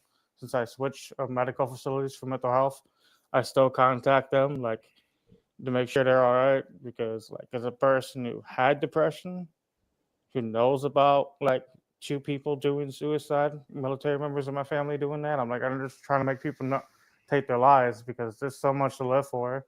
I tell people, you might meet your wife the next day. You might pull a Phillip Rivers and have 9 kids with that woman. Well, Chiefs fan, after saying that, I'm definitely your fan, no matter who you root for in football. Yeah, thank you. Ladies and gentlemen, Chiefs fan playing his best ball at the right time. Give it up for him. Yeah. It's Chiefs fan. Guess what? I'm still looking for a job, bitches. It's Chiefs fan. I'm just going to rub my hands together all day. It's Chiefs fan. There's a whole lot of DNA on this couch. Let's hear it for Chiefs fan. Look, it's my dead neighbor that I didn't kill. Chiefs fan could do some damage in March. It's going to be interesting. Yeah. I'm going to send you a bracket, Jeremy. You got to fill one out, all right? Sure. Are you ready for your last caller? Let's do it. Ladies and gentlemen, joining us right now on the Gusbuster Umbrella Hotline is the czar of butter. Knockouts don't matter if you land enough jabs. You can do music. What up, y'all? He's gonna be tough out. He's gonna be tough to beat in this tournament, man. Chiefs fan? He's gonna be tough to beat. And you got Lane today. You got everyone coming together, getting their last calls in. It's like politicians visiting the swing states before the elections. That's really what it has become. Yeah, we've heard from all the 1s and 2s and maybe 3s. All the top callers have been out this week. Not going to be easy. I wanted to get in with you on this Jackson Dart thing. I kind of get what you're saying about it. You're talking about his lower body mechanics, right? Like he's kind of falling all over himself when he throws. Yeah, there's a little bit of a kick, and then sometimes it feels like his legs are slanted, like he's kind of throwing. Yeah, he's got. It looks like he's surfing when he throws. I kind of get. I get what you're saying, but Jalen Milroe his mechanics are 100 times. Jalen Milroe looks like this is his first day playing football, right? Like his mechanics are way worse. And I get what you're saying, but if he's delivered and he's played well, it's like saying I wouldn't take Reggie Miller because he has a hitch in his shot. It's like, well, the thing goes in. Or Gary Sheffield has too much bat movement. It's like he's one of the best hitters ever. I'm not saying he's that good, but if he's gotten this far, I don't think his mechanics. I think you guys you're overrating how bad his mechanics are. I went and read a bunch of scouting reports on him. No one mentioned his mechanics as a flaw. I don't think that when you say what he delivers, I agree with that, which is why I'm not bashing him and saying I don't think I'm not saying I don't think it's impossible for him to succeed. I'm saying it's very difficult for me to get over that, because when you look around the NFL, right, and you look at quarterbacks, it's hard to find one that has that issue. So, but you're right though. He could be the exception. There's always exceptions, right? I mean, Mahomes fell in the draft because they didn't like his footwork. It's like right. So you're telling I watched him in college, right? I watched him lose to Oklahoma 70-67 or whatever the game was. Like when he scored like 9 touchdowns, ran for 7, threw for 7, and ran for. I remember these games, and I remember saying, "Well, his footwork's a mess." It's like, so you're telling me he's this good with bad footwork? So you're telling me you can make him even better? That's amazing. And like, I'm not saying that about Dart. Like I comped out Dart. I said Jake Plummer, Kerry Collins, like he's good. He's got some rough spots. He's going to throw interceptions. He throws balls in the tight windows. There's a lot of things he does that are going to drive you insane, right? He does have a habit of staring down receivers too, which is a pet peeve to me. I like him. Ultimately, I like him more than I dislike him, but I wouldn't take him at 7. So my question is, how far do you think you could trade down to get him in the first round? Or do you think at 42, what would you have to give to trade back in late into the first round? So like, can you trade down from 7 to 20, or could you trade up from 42 to whatever back in the first round to get him late in the first? I mean, I wouldn't want to do either because, but I would rather trade back in the first because at least if we took him, because again, he could hit. And I'll say that because you're right. In spite of the mechanics, he's still producing. So, wow, something must be working, right? He must have great arm talent. It works because he makes it happen. So at least if you miss on him though, if you trade back in the first round and you get a haul for him, at least if you miss, you still have picked up a lot of picks and you could still have a good draft overall. Right. Whereas if you trade up for him in the second round, now you're giving up your third or your fourth. And I have a difficult time swallowing that because I just think we have too many holes in our roster. And this is a draft where you can get real starters in the third and fourth rounds. If they said something like a second, because I'll give you the 42, I'll give you a 4 and next year's 2. Would that be enough to move from 42 to say 29? Is that enough, or would it have to be more? Next year's 2 and a 4 this year. Would that be enough, or would I have to give you more? No, if I'm going that far back, enough, right? you have to give me a 1 next year, and then the only reason I would do that, Gary, no matter what, like I would almost sacrifice, because if you give me a 1, if we somehow turn 7 into a 1 next year, we got 2 number 1s. That guarantees us the ammunition to trade up and get whoever we want at quarterback in a great year to draft a quarterback. Yeah, my concern is that like if they draft, I not saying I think they think this dog thing has legs. It really came out of nowhere, and his name keeps coming up and up and up, right? Like this thing's got legs, just like Bo Nix and Michael Penix. We're like, all right, those are like late first round, second round guys, and then they were both top 10 guys, or 11, I guess, or 12, but they were both taken high in the draft. I see that same thing happening to Nix, and like I think like potentially he could be the second best quarterback in the draft behind Cam Ward. But the bust rate on a guy like that, like his college experience is great, and he's not a one-read quarterback, and he goes and he does a lot of things well. But he still played a really gimmicky offense where he still has to learn to play the position. And my fear is that the Jets are going to draft him. He's going to suck the first 2 weeks out there. The Jets are going to be 0-2. He's going to have 4 picks, no touchdowns, and he's not playing right away. There's no way. Who are they going to like? That's why I was like, if you get him, go get Fields, go get Carr. I don't even love those guys, but go get one of those guys. So they're going to sign a veteran quarterback, even if they end up drafting Dart. Let's say he's not going to start right away. There's no way. There's no way. I mean, and for the reasons you just said, Gary, like he's not ready to start in the NFL, and you just said why, right? It's the system he plays in right now. There's nothing. He's doing nothing that looks anything like the NFL. That's my biggest fear on him, is that if they do draft him. If you told me they were going to draft him and sit him for the whole year, maybe if they're like 4-11, start him the last couple, but I'm saying basically sit him the whole year, I could get on board with that. I've not seen the Jets do that, right? Like Mark Sanchez wasn't ready. They plugged him in. He did okay, but he would have been better off. He didn't play that much college football. He played 1 year. He didn't play that much college football, right? Then Zach Wilson, they didn't even put a veteran quarterback on the roster. Sam Darnold went in right away. It's like they've never had now this is a new. I'm not going to give this coaching staff a black eye for a fight they weren't in, but just looking at the Jets' history, they've never sat the quarterback this rookie year. Not even like. Well, this year they better if they do it, because think about it. It's the same spot that Wilson was in with first time defensive minded coach, first time play caller. and you're going to throw the rookie at, like, there's no way. And like Zach at least was the number 2 pick. And like, there was a consensus by many, he was deserving of being the second quarterback pick that year. If they took Dart, there's a debate on whether or not he'd even be a first round guy. So I just don't see that happening. Yeah, I was reading scouting reports from like mid-season, and they all have him listed as a third-round talent. Third-round talent. Now we're talking about top 10. It's like that's a big jump. We're talking about going from like 75 to 10. That is a massive jump. Massive jump. Yeah. So we watch. I'm not against it. I'm just not. I'm against taking him at 7. If they want to trade down, I would like. I think the Jets have so many holes. If they could add another second and fourth rounder, and then like move down to 17. I would do that and draft him there. I just can't see drafting him at 7, a guy that we had projected as a third rounder mid-season. Yeah, it's difficult to do because it's a reach. And now if he hits, it doesn't matter, right? I mean, if he turns out to be our franchise quarterback, who cares? But to me, if you're gonna gamble that much and give that much, I just want more evidence of that a guy is gonna translate to the NFL. It's kind of like Penix. Like Penix, I mean, he only played a couple of games, but he looked really good. Penix was the other guy that was a reach, right?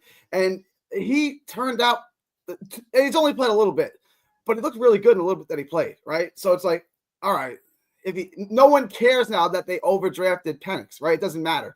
And if Dart hit, it's not going to matter that they drafted him 7 if he turns out to be, like if I said Jake Plummer, Kerry Collins, became that level quarterback. With our history of quarterbacks, you sign up for that, right? I think you have to. You got to. We got no choice. I mean, you got to hit. Like, if you're going to make a move like that, here's the thing, and you have to think: is a first-time GM in his first draft really going to do that? Right? You take Dart in the first round, whether it's trade back or take him at 7. If you're wrong, you're done. Like in a couple of years, everyone's fired. Yeah, you can't miss on something like that. Agreed. So. But is he going to be willing? Yeah, you take him in the second round. It sucks. You blew a second round pick, but you don't get fired for Geno Smith. You didn't even get fired for Christian Hackenberg. That wasn't the reason, right? Right. There was a lot of reasons. So you can. And there's also a huge difference in like the late first round on a guy, like the Kenny Pickett type, and then Zach Wilson second overall. And with Dart, well, it wouldn't be second overall. Top 7 when everyone's telling you the quarterback class is bad. If you still take the quarterback and he sucks, Darren Muji and Aaron Glenn aren't going to survive that. And then in the second round, if they fell, how would you feel? Like, I'm a Texas Longhorns fan. I want nothing to do with Quinn Ewers. If he fell to round 2, would you look at guys like Ewers or Milroe? I still think Milroe's going to go 1 after his pro day because he's the best athlete in the draft. He's going to shoot up the charts. But if they fell to 2, would you look at either one of those 2 guys or any other quarterback besides Dart in the second round? Personally, no. I'd rather just wait if they're going to take a quarterback, I'd rather wait to the 4th. Because I just think that there's lots of pros and cons to all of them. And I just don't think any of them distinguishes themselves at any more of a chance to hit than the other. So I'd rather wait to the 4th, grab a Will Howard or, whatever it's going to be. I'm with that. There's no, if Dart fell to the second round, I'd jump all over him. There's no other quarterback I would reach for at 2. I would wait till day 3. Yeah. I wouldn't break my TV or throw the remote control or whatever if they took Dart in the second round. I wouldn't. I know. I'd be okay with that. Like, I think second round is a good value point. I don't think 7 is 42 and 7 is a big difference. I take him at 42. I don't want him at 7. Yes, absolutely. Very big difference. No question about it. Gary, good call. Appreciate you.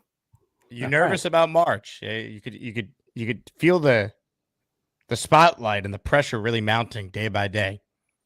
No, and then once you get in the ring, really all the nerves are gone. Like, that's why I used to like getting hit with a big shot right away. Like, okay, I can take yours. I'm still standing. Let's go. Like, it's nerves are gone. Nerves. Everyone gets nervous, but as soon as you get hit once and you're still standing, those nerves are gone. You're good. We're ready to go. Let the games begin. It's time for Asmaniac Madness. Who will cut the nets down as the top Asmaniac for 2025? Some of you don't even care, but we do. Let's get to it. Oh, it's happening. Jets Chaos, job well done. You battled hurt today. Everyone needs to go subscribe to Jeremy's channel right now. I'm going to put the link in the description to make it easy for everyone watching live. Let's go. Stevie Wonder, Jeremy Jets Chaos, everybody. Thanks, Jake. It was a privilege to be on the show with you. It's like, obviously, I'm a big fan of you and your stuff, so it's absolutely an honor to be here with you. When you're in New York next, we'll stop by Broad Nose Bagels and get some grilled bagels. All right. Absolutely. All right, everyone. I put the link to Jeremy's channel in the chat. Throw him a subscribe if you can. For those not watching live, we'll throw it in the comments as well. Jeremy, get better, man. Let's those eyes heal up or whatever you got to do for them. Yeah. Should be as good as new in no time. Ladies and gentlemen, Jets Chaos. Round of applause, damn. Great spot. All right. Oh, we have some business to take care of. I have a lot of questions for this guy on the line. But first, Benji gifted a channel membership. Benji, I got you down. You're in the raffle with one. Your membership, it went to listener EJ. So, EJ, you thank Benji for making you an official Asmaniac. Ladies and gentlemen, there was an incident on this show the other day. Now, I didn't think at the time there was any incident. Charles Gorman made a comment that he was going to see the new Captain America movie. And Charles is a longtime listener of the show. I'm a big fan of his. I said, Charles, what's your Venmo? I want to send you some money to buy you some popcorn, large popcorn. And Charles said, that'd be great. Thank you. So I'm thinking, all right, I'll send him $20. Let him get a large soda as well. Let him go crazy. And when Charles got off the air that day, I got a Venmo request for $60. This sick you-know-what tried to rake me over the coals for $60 to get himself some popcorn and a soda. 60. And he hasn't called in since. Until now. You'll never get my chicken soup recipe. I'm not saying that Glowski takes steroids. Give me some of it. Hey, Charles! Who is that lovely lady? Send it this way, Charles! I did it as a joke, first off. Second, you didn't really have to Venmo me money, but it was well appreciated. As a matter of fact, at the beginning of my movie review, I thanked you. Oh, I'm going to have to pull the tape. I didn't know. And I didn't really have much breakfast, so I had brunch. I had a pizza. Cheese pizza was well good. And yes, Jake, it was better than gas station pizza. Wow. Okay. So you ended up going with pizza instead of popcorn. Did you get a large soda? I had a regular size soda. Okay. So regular size soda, some pizza. And what did that cost you? About $25. Ah, so you had a little leftover money there too. Very nice.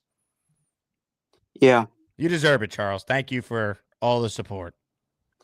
And I hope Jeremy Jets Chaos gets better with his eyesight and everything. Here's the thing about Justin Fields. I never had any look. I know he's raw still at this stage in his career, but I do think he has some upside. I think with the right coaching, he could be a solid, not a great quarterback, but a solid quarterback.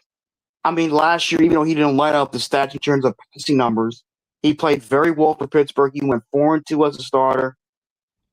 And then Russell Wilson came in, started off great, then ended up playing like crap down the stretch. So that was terrible. But while I wouldn't mind Justin Fields as of competing for the job with Tyrod Taylor, I think entering this draft, we should get a weapon.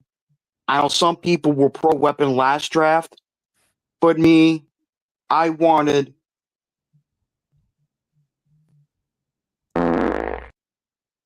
okay, now I lost my concentration. Oh yeah, I'm sorry. Last year I was pro offensive lineman, and even though he wasn't the day one starter, he played very well for us.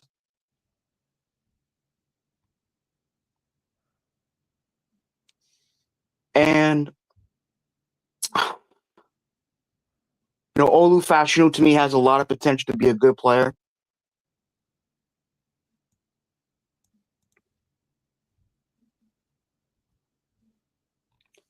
But if there's a player I would like for the Jets to get at number 7, it's the All-American tight end from Penn State, Tyler Warren. Now, I know a lot of Jet fans were obsessed over Brock Bowers last year, and considering despite some of the Malik neighbors, he had a record-setting season for a rookie. Why are you zooming in on Gary?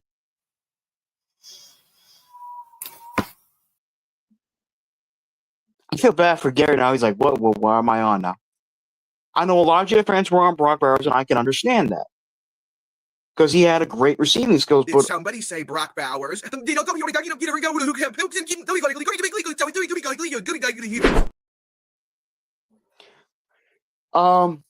unfortunately, though, he didn't have really good blocking mechanics. When I look at Tyler Warren, not only is he a great receiver, he's a great blocker. You know, the last time a Jet fan had a complete tight end that did well in both categories was Dustin Keller. That's the last good tight end we drafted. You know, if you go back to the first round of the 2008 draft, we drafted Dustin Keller, and the first 4 or 5 years of his career before injury started to derail him, he was a pretty solid tight end. I look at Tyler Warren. I don't look at comparisons to Jeremy Shockey and future Hall of Famer Rob Gronkowski, but you know, we need a weapon to complement Garrett Wilson, as well as Breece Hall, Braylon Allen, and Isaiah Davis. Plus, there's no guarantee Devontae Adams is going to stay with us. He may go play with Aaron Rodgers. He may go to a different team. Hell, he might reunite with Derek Carr and then with the Saints.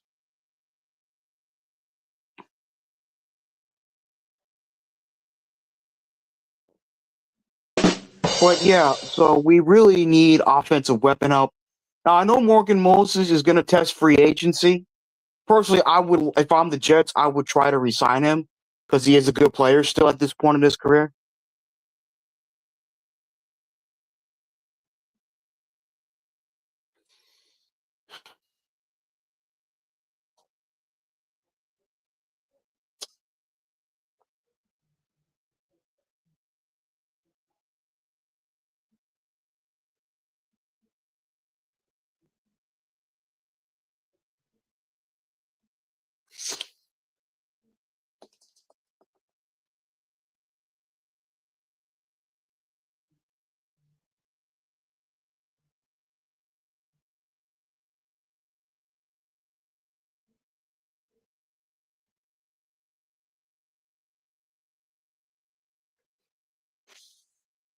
Jake, are you done with this BS?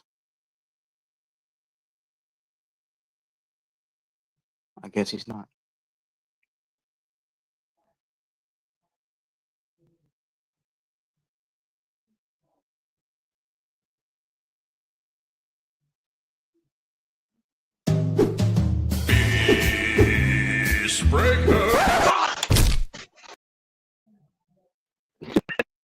Hey, Charlie, how are you?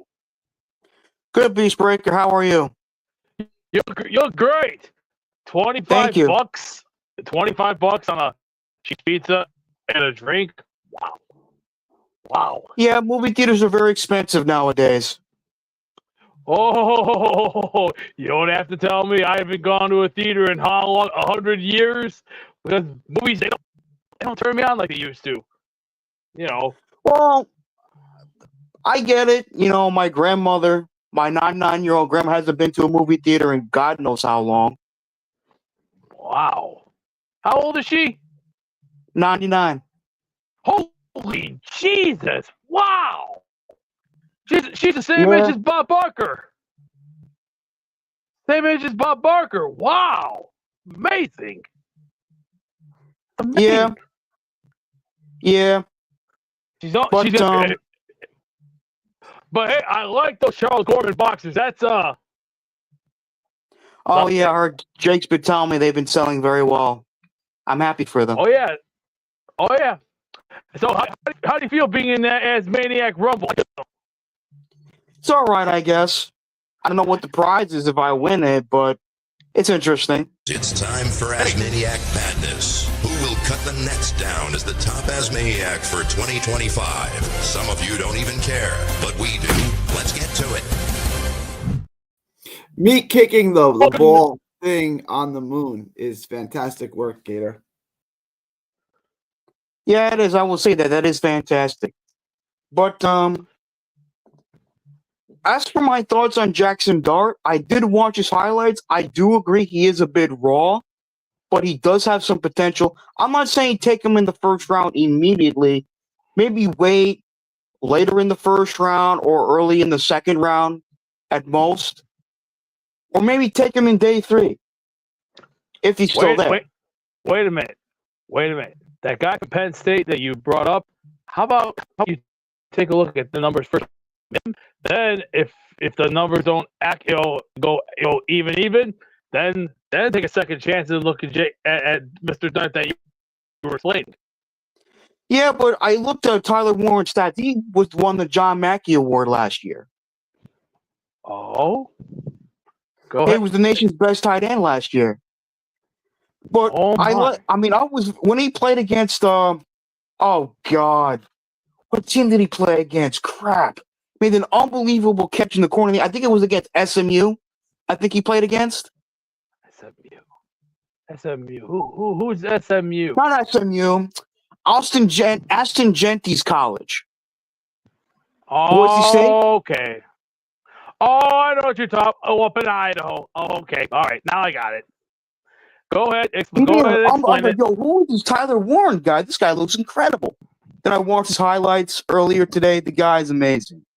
Guy can do it all. I'm not saying he's better than Brock Bowers, but Tyler Warren is a complete tight end. He can run routes. He can catch passes. He can block very well. Brock Bowers may have.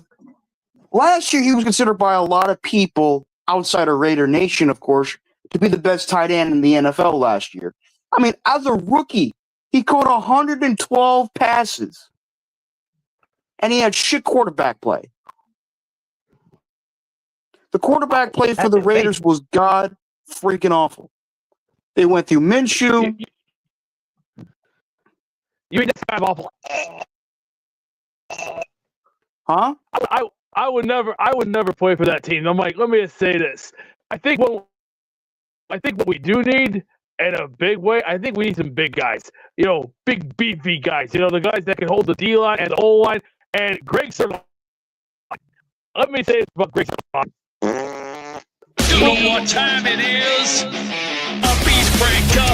666. I'm gonna take my fist and shove it up your ass, and then he That was like a real meeting of the minds there, Charles. You and Beastbreaker. Well, Greg Sirlein was good with us his first years. Last year, he was off. I don't know what the hell happened there. But I do agree with Beastbreaker. We need more depth on the offensive line. We could get that either later in the first or at some point in the second or third round. But I would like to re-sign Morgan Moses. I've always liked Morgan Moses. He did fight through some injuries. He did play well for us, and I do love the potential of Olu Fashanu. I'm not saying he's going to be the next Tyron Smith during the prime of his career with the Cowboys, but he could be a really good player. I love John Simpson. To me, the highlight for me from what earned my respect for him was against Week 3 against the Patriots, when he basically walked up to one of the Patriot players for doing a stupid thing on Aaron Rodgers, and the guy basically looked at him like, the hell are you doing, buddy? Yeah. Because the Jet offensive lineman did none of that for Zach Wilson. Kyle writes in, Charles, it's not if you win, it's when you win, buddy. Charles, a lot of people think you're going to win the tournament next month. Well, nothing's ever guaranteed, but we'll see what happens. I know I haven't been on the show in a while. I've been playing one of my games lately. Hey, it's not about being on the show all the time. It's just about being the most impactful, memorable caller. And I feel like you've had quite the year. Thank you. I appreciate it. Also, I think the second one. Excuse me. Did we get off of that? Probably not. Figures. But I do like, as for Jackson Dart, yeah, his mechanics need to improve. That I will not deny. But in terms of but he does look like a good pocket passer. I do like his presence in the pocket. I do like his awareness. I do like his big playability. His mobility is somewhat reminiscent of a Josh Allen. I know Jeff fans hate that guy, but whatever. But I like the fact that he makes big plays. I know he never really played in a pro-style offense. But if we take him either late in the first round or at some point in the second or third round, I'll be fine with it. But we need another weapon. Why are you so tired, Charles? Why are you lying down? I'm not tired at all. I actually just had dinner. Well, why are you laying down? Then? It's not good to just sit and lay down after you eat. You got to walk it off. You got to get some steps in. I'm good. And I would like, excuse me, I have been watching some college. I burped. Came out the front, not the back. I have been watching some college highlights lately. I did watch. I'm not saying the Jets should draft him. I think we're good on running back. I did watch this running back from North Carolina, Omarion Hampton. He looks good. Trying to think who else. There's other plays I have to watch, but I did watch Omarion Hampton. He looked very good. Everything I say, you want to put on a friggin' t-shirt.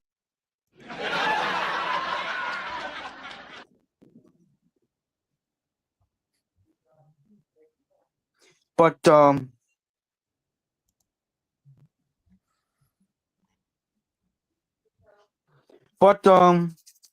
I really cannot wait. I'm sorry, I'm going a little off tangent right now. I apologize.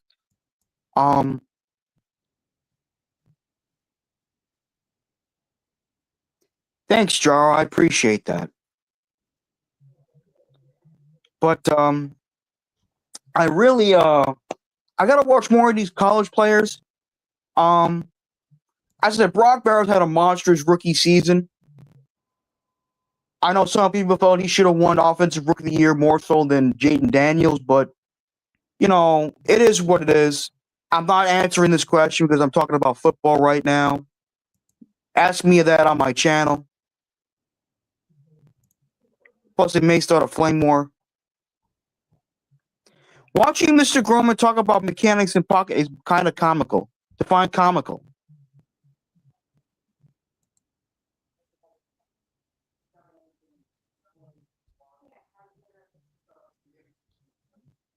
I don't know what's wrong with these people. Look, I just hear. Why do you care about how many girlfriends I have? That what I do in my personal life is none of your damn business, Ray Danger.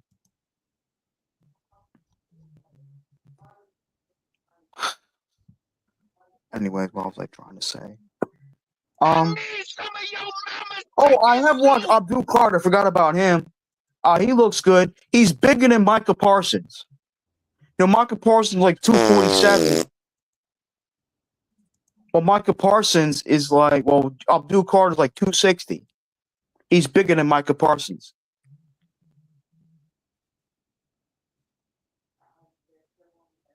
When I see another movie, JoJo.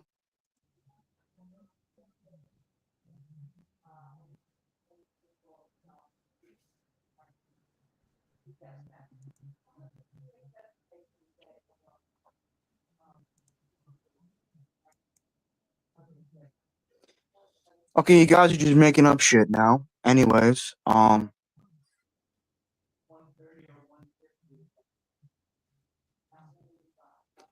anyways, I have seen Abdul Carter. He looks like a very good player.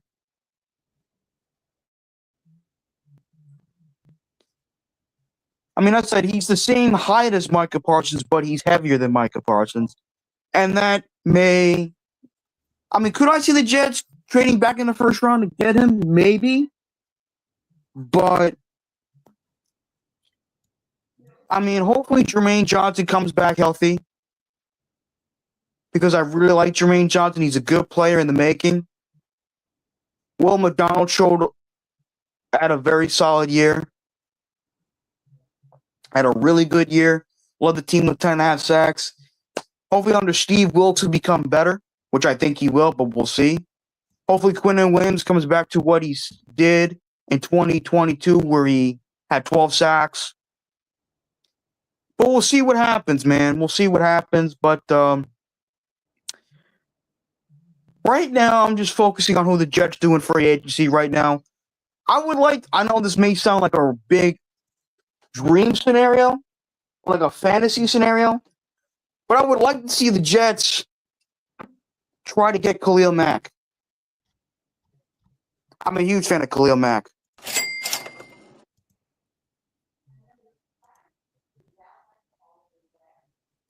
I've been a huge fan of Khalil Mack since his days with the Raiders. I know he's in his early 30s. I still think he has a lot left in the tank. He can stop the run. He can rush the passer. He's a complete defensive player.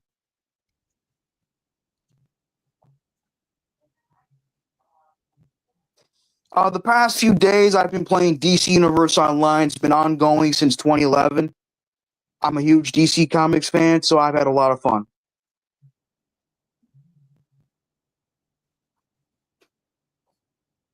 But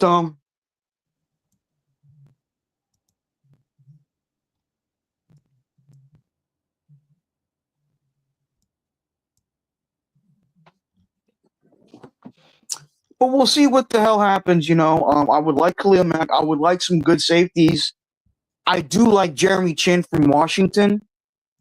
I don't know about Justin Reed. I'm not saying he stinks, but he may continue to stay with Kansas City, so who knows?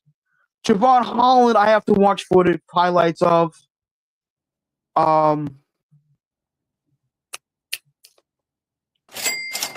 Let's see, who else? I would like Tafunga of the 49ers. He's a good player.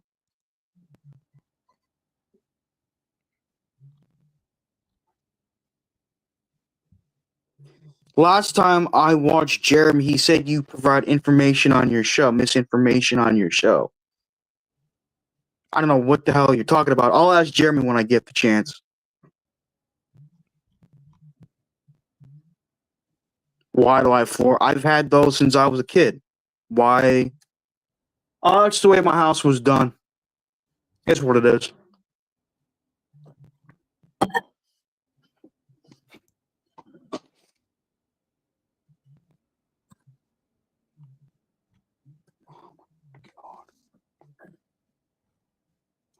Not a fan of Knoble. No, I am not.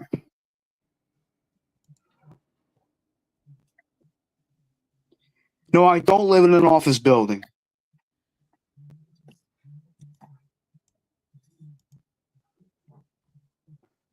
No, I am not taking a dump. Why are people asking me some stupid? I don't know why people ask me some stupid. Are you guys done with asking me stupid questions?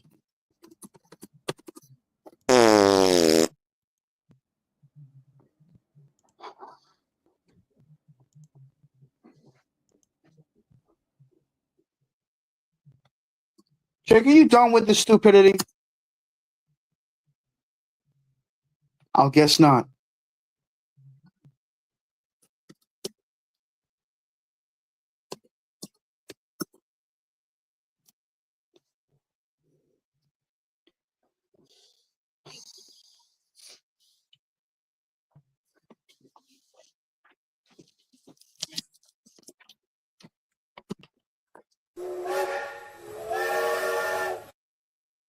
How do I feel about the Jets draft, Lane? Well, the Jets draft has yet to commence, but I've heard about a few mock drafts, and hopefully one of my predictions comes true where the Jets get Tyler Warren, because I really do like him a lot. He won the John Mackey Award. Do I count how many farts do I produce in a day? No, I don't. No, I don't. I don't read comics and poop at the same time. I'm not answering that question because I think it's stupid. Can we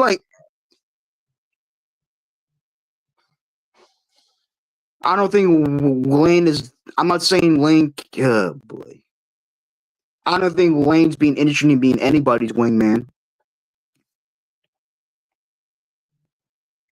Can we? No, I don't think he. No, I do not think Sam Wilson's better than Steve Rogers, but I do like them both. Yes, I sleep nude with your mom. Can we stop with the stupidity right now? Got his ass. Bam.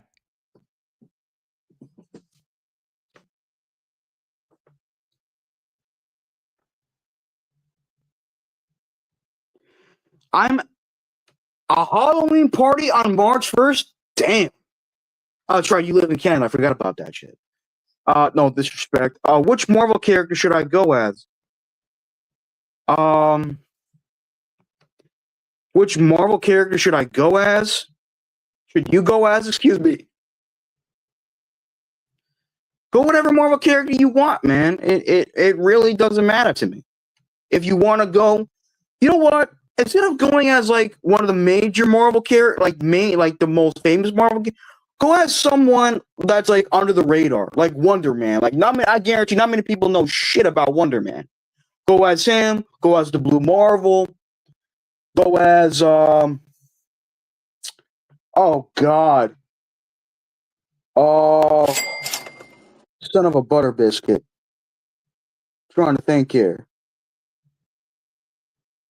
The Grey Gargoyle, you know, those type of characters. Can you wish Peg happy birthday? Happy birthday, Miss Peg.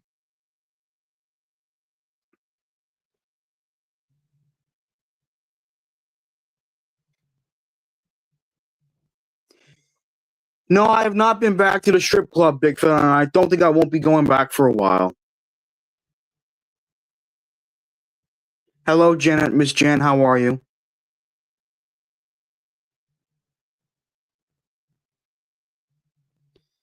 That's not no, Nick. You don't get shit about Marvel, so I don't know what the hell you're talking about.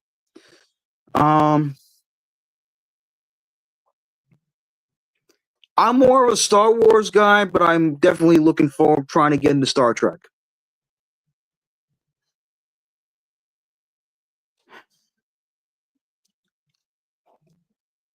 Thanks, Dad.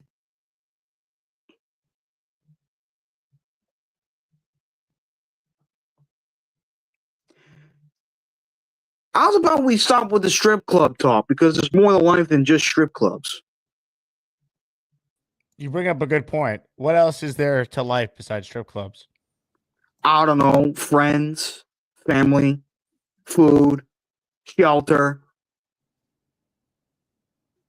Yeah, but strip clubs are pretty fun. Yes, but I don't know. I'm not gonna get into it, but I'm not saying I didn't like it.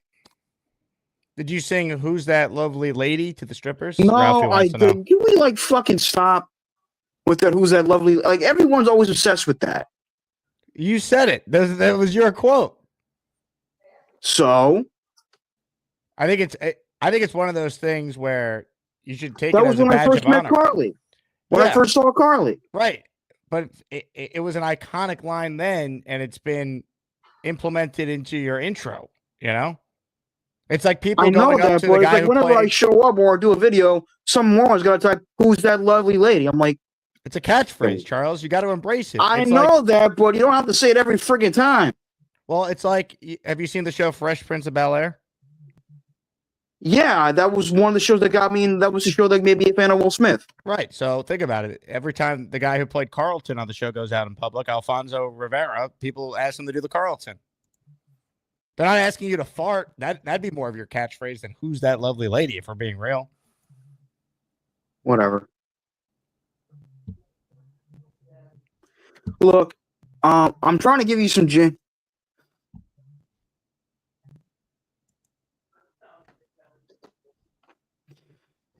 I like classy ladies too. Anyways, I know it's been a while since I've been on your show. I've been meaning to tell you what I've That's been why up this to call has lately. been so long. We had to catch up, Charles. I know the 60 kind of irked you, but I did it just to break your chops, but you didn't really have to Venmo me anything. I appreciate it. If you haven't seen my review of Captain America Brave New World, go watch it, especially in where I thank you for the Venmo. I made sure I thank you for the Venmo. What a smart way to get promo on your channel, Charles. You're a genius. You thank me at the beginning, so everyone wants to go see it, and then they're going to be like, wow, the Gorman channel's awesome. I'm sticking around for this. Well, it's the truth. I mean, and, you know, I had a lot of fun with the film. I know some people didn't like it, but it is what it is. But Now, how was the actual soda and pizza that you purchased while watching the pizza was great, actually. It was the first time I actually tried the Menlo Mall pizza, the AMC Menlo pizza, and it was actually pretty tasty. Who'd you see the movie with, by the way? Did you do a solo date or you went with someone? I went by myself. Very nice. I took an Uber, went there, and I had a great time. Granted, I mean, I know it made over $190 million this opening weekend, which is a good thing because his budget, I think, was like $180 million, which was cheap for a superhero film. Mm-hmm. But I had a fun time. I didn't engage in an argument, but I had a conversation with a much older woman about the leader's look. A cougar? And I said I didn't like it. It looked stupid to me. She's like, well, I liked it. I kind of looked like someone else with dogs, but I said I get it, but it didn't look right to me. It kind of rubbed me the wrong way. A cougar? But I respected her opinion, and I moved on. Then I did my first out of the theater reaction, which got tons of views. Really? Yeah, I went on my phone, uploaded it to YouTube, and I said I had a lot of fun. I see. Genergy wants to know, did you get home by curfew? Ha ha ha ha ha. I saw a 2 p.m. showing. So I was definitely before curfew. What's so funny about that? I think that was an honest question. Well, I'm 30 years old, and I know my parents don't want me to home too late, but I went to a 2 p.m. showing on the 13th. Well, I think you clearly have a curfew. I mean, there was a whole thing where you had to be back by a certain time during our event over the summer. Yes, I know. Because of the weather and stuff and the traffic and all that crap. Yes, I get it. The event was at like 7 p.m. It was beautiful outside. Yeah, but look how nice it was the day of that meetup. We're here with Charles Gorman. Charles, you're about to get into your Uber, which I called for you specifically to leave Don Jose Mexican restaurant. Give us the breakdown on the night. Did you have fun? I had a good time. People were very nice. The food is good. I'm sorry I couldn't stay for long. My parents wanted me to be home at a certain time. I know I'm a grown-ass man, but their house, their rules. If you guys want to, do something like this, I'll try to come to it. Anyways, have a good day and stay healthy and God bless. Charles, thank you for the time. You're welcome. Ladies and gentlemen, there he goes. Charles Gorman, everybody. One of one. It was still bright out then. I know, but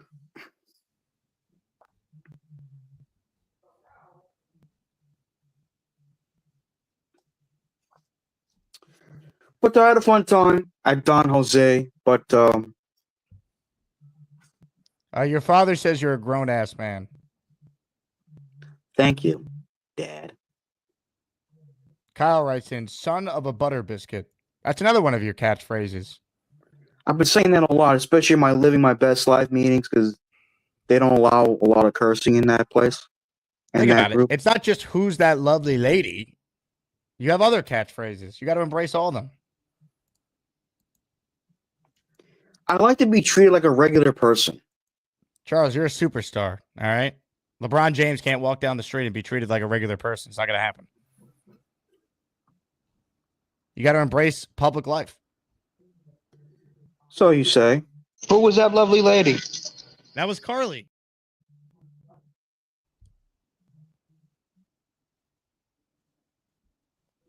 You have a lot of phrases, Charles. I know. And you might win the tournament here, so your rock star status can only increase here. I don't know if you're prepared for it.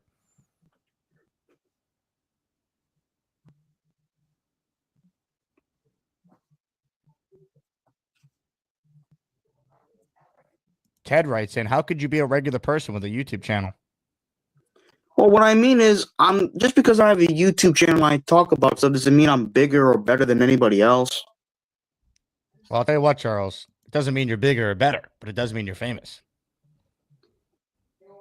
Well, ladies and gentlemen, we might have a potential finals preview on the line right now to close out the show. Holy please. Hi, how are you? Bruce Hall. That's good. Gentlemen, this could be the finals. The Lane Train, Charles, Eugene Gorman. Wow.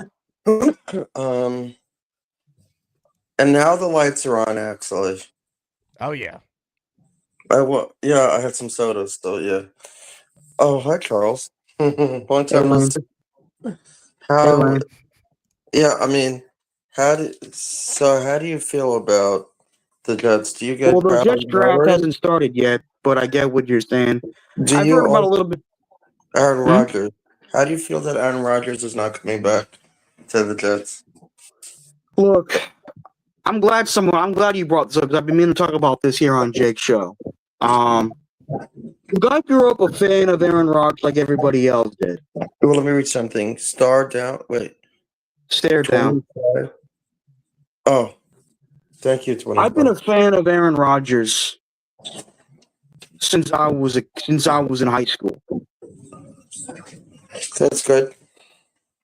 And he's been one of my favorite players growing up. Me too. But last I remember year, he was on the Green Bay. he was very inconsistent. If you look at his stats here, he threw for nearly 4,000 yards, threw 28 touchdowns to 11 interceptions, completed a little bit over 60% of his passes. But there were times last year where he didn't succeed, where he didn't pass the eye test. Right. Granted, the coaching staff sucked. It was abysmal. They were a bunch of incompetent meatheads. But it is what it is. Yeah. But I know how you feel. Yeah, the draft hasn't started yet. I think it's going to be in Green Bay, Wisconsin. It would have to be in my Green favorite. Bay. Yeah. Huh? My favorite superhero would probably be Superman, because I would Yeah, watch. that's great, Elaine. I appreciate it, but we're talking. You asked me about the Jets, and here we are. Yeah, so the Jets have to do better. I mean, honestly, if you draft a QB, then what happens? It's like a waste. Well, I'm kind of upset here's the about it. thing, though. And Gary, I'm not saying Gary's 100% wrong, but Gary forgot that the last time the Jets did sit a quarterback down his rookie year was Chad Pennington. Chad Pennington didn't play his first 2 years. He learned behind Vinny Testaverde. And then, at some point in the 2002 season, when Herm Edwards decided to make the change, Chad Pennington took over, and it became this team from that point on. And of course, Chad Pennington was really the last good successful quarterback the Jets have drafted and had for a while. I mean, yes, Mark Sanchez led us to 4 playoff wins in his first 2 seasons. Yeah. Geno Smith had some nice moments. Sam Darnold had some nice moments, but they were inconsistent due to really piss poor coaching. I know how you feel. But here's the dealio, okay? Yeah. I want the Jets to draft a weapon. In the first last year, I was pro offensive lineman, and it came true. And the guy, when it's time for him to shine, he kicked ass for the most part. I know how I feel. Fortunately, injury hurt him the rest of the season, but when he played, I thought he played very well.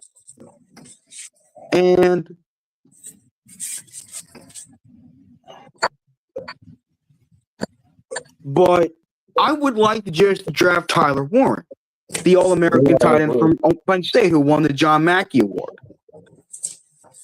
Yeah. Look, I know people consider. I'm not trying to disrespect Brock Bowers because the guy's incredible. Brock Bowers? Yeah. Yeah, the superstar tight end from the Raiders. Yeah. He broke all records for a rookie, especially in Raiders franchise. He caught 100. He had 1, 2, 3, 4 quarterbacks throwing the ball, and he caught 112 passes for close to 1,200 yards. And he scored what? 4 or 5 touchdowns? Yeah. The guy was incredible.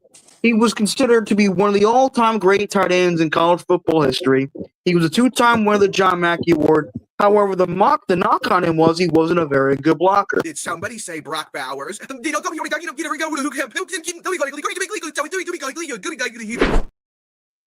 don't have to do that every time I say Brock Bowers, Jake. I mean, I kind of feel bad for Gary right there. Did somebody say Brock Bowers?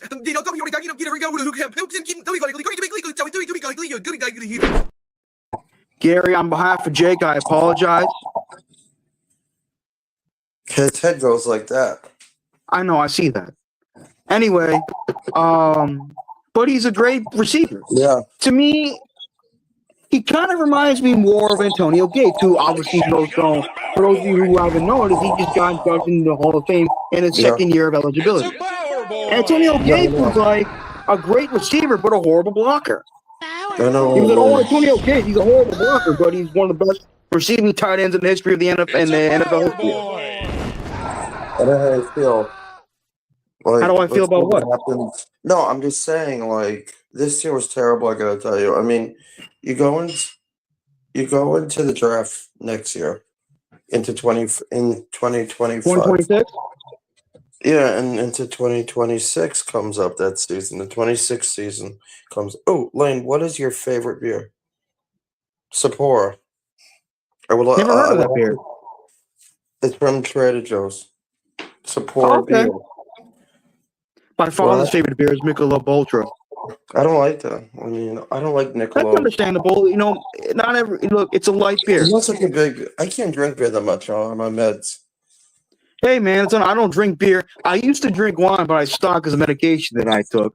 But yeah, look, I would not be against the draft drafting a quarterback, but Yeah. it can't be early in the first round. If they draft Jackson Darnold with the 7th overall pick, I'll be like, okay, you got a talented quarterback. Who the hell is going to throw the ball to? Outside of Garrett Wilson, Brees Hall, Brandon Allen, and Isaiah Davis out of the backfield. We don't know if Devontae Adams is going to stay here. We don't know what we're going to get from Malachi Corley, you know, the Yak King that everyone was praising about from college. Yeah. The guy that can't hold on to the ball properly when he was right in to score a touchdown. So we don't know about that crap. Yeah, I like Jeremy Rucker, and he showed flashes of being good in the receiving game, but he's been often used as a blocking tight end. Sapporo is a Japanese beer.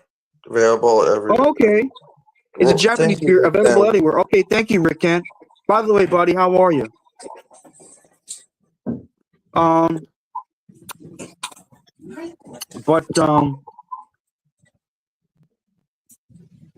Room stink. We need a. Yeah, I agree. This is factual. Our wide receiver room will most likely be terrible in this upcoming season. Yeah, into 2026.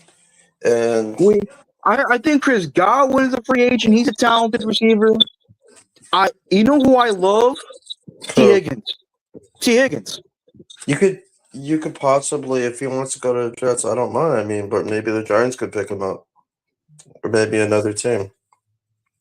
Darius Slayton's leaving, right? Maybe. I guess Well, we're gonna Malik have to Neighbors wait is a and see stud. what happens. I do like Wandale Robinson. He's got some talent. But I don't know where he's going. Huh? It's just the unknown. I don't know who's going to pick him up. Could be Miami. I'm a could huge be, fan of T. Higgins, bro. He's a stud. I wouldn't be He kind of surprised if reminds he was me Giants a little bit. That's a good question. Who does he remind me of? T. Higgins is special. If the Bengals somehow don't retain him, if I'm the Jets, I'm scooping his ass up. I'm like, come here, baby. We got Garrett Wilson for you. Bring his ass home. Bring his ass here. Matthew Lane with some salient points. Thank you, Matthew. Whoever that is. Malik Neighbors is great though, bro. Yeah, he caught 109 passes from 3 different quarterbacks, 4 different quarterbacks. I know. Yeah. He broke Steve Smith's record. No relation to Steve Smith, senior of the Panthers and Ravens. That's a weird comment. Charles has nice teeth. That's weird. Some people have How such is it weird saying comments. somebody has nice teeth? I would be offended because I don't have the, people have the most weirdest comments after block. Maybe they could just be put into the Saying hole. I have nice teeth is not a bad compliment. There's actually. Yeah. He said he has nice It's teeth. great. Yeah, I know. I mean, I don't have such nice teeth, Fortunately, my medicine and everything. I used to have it.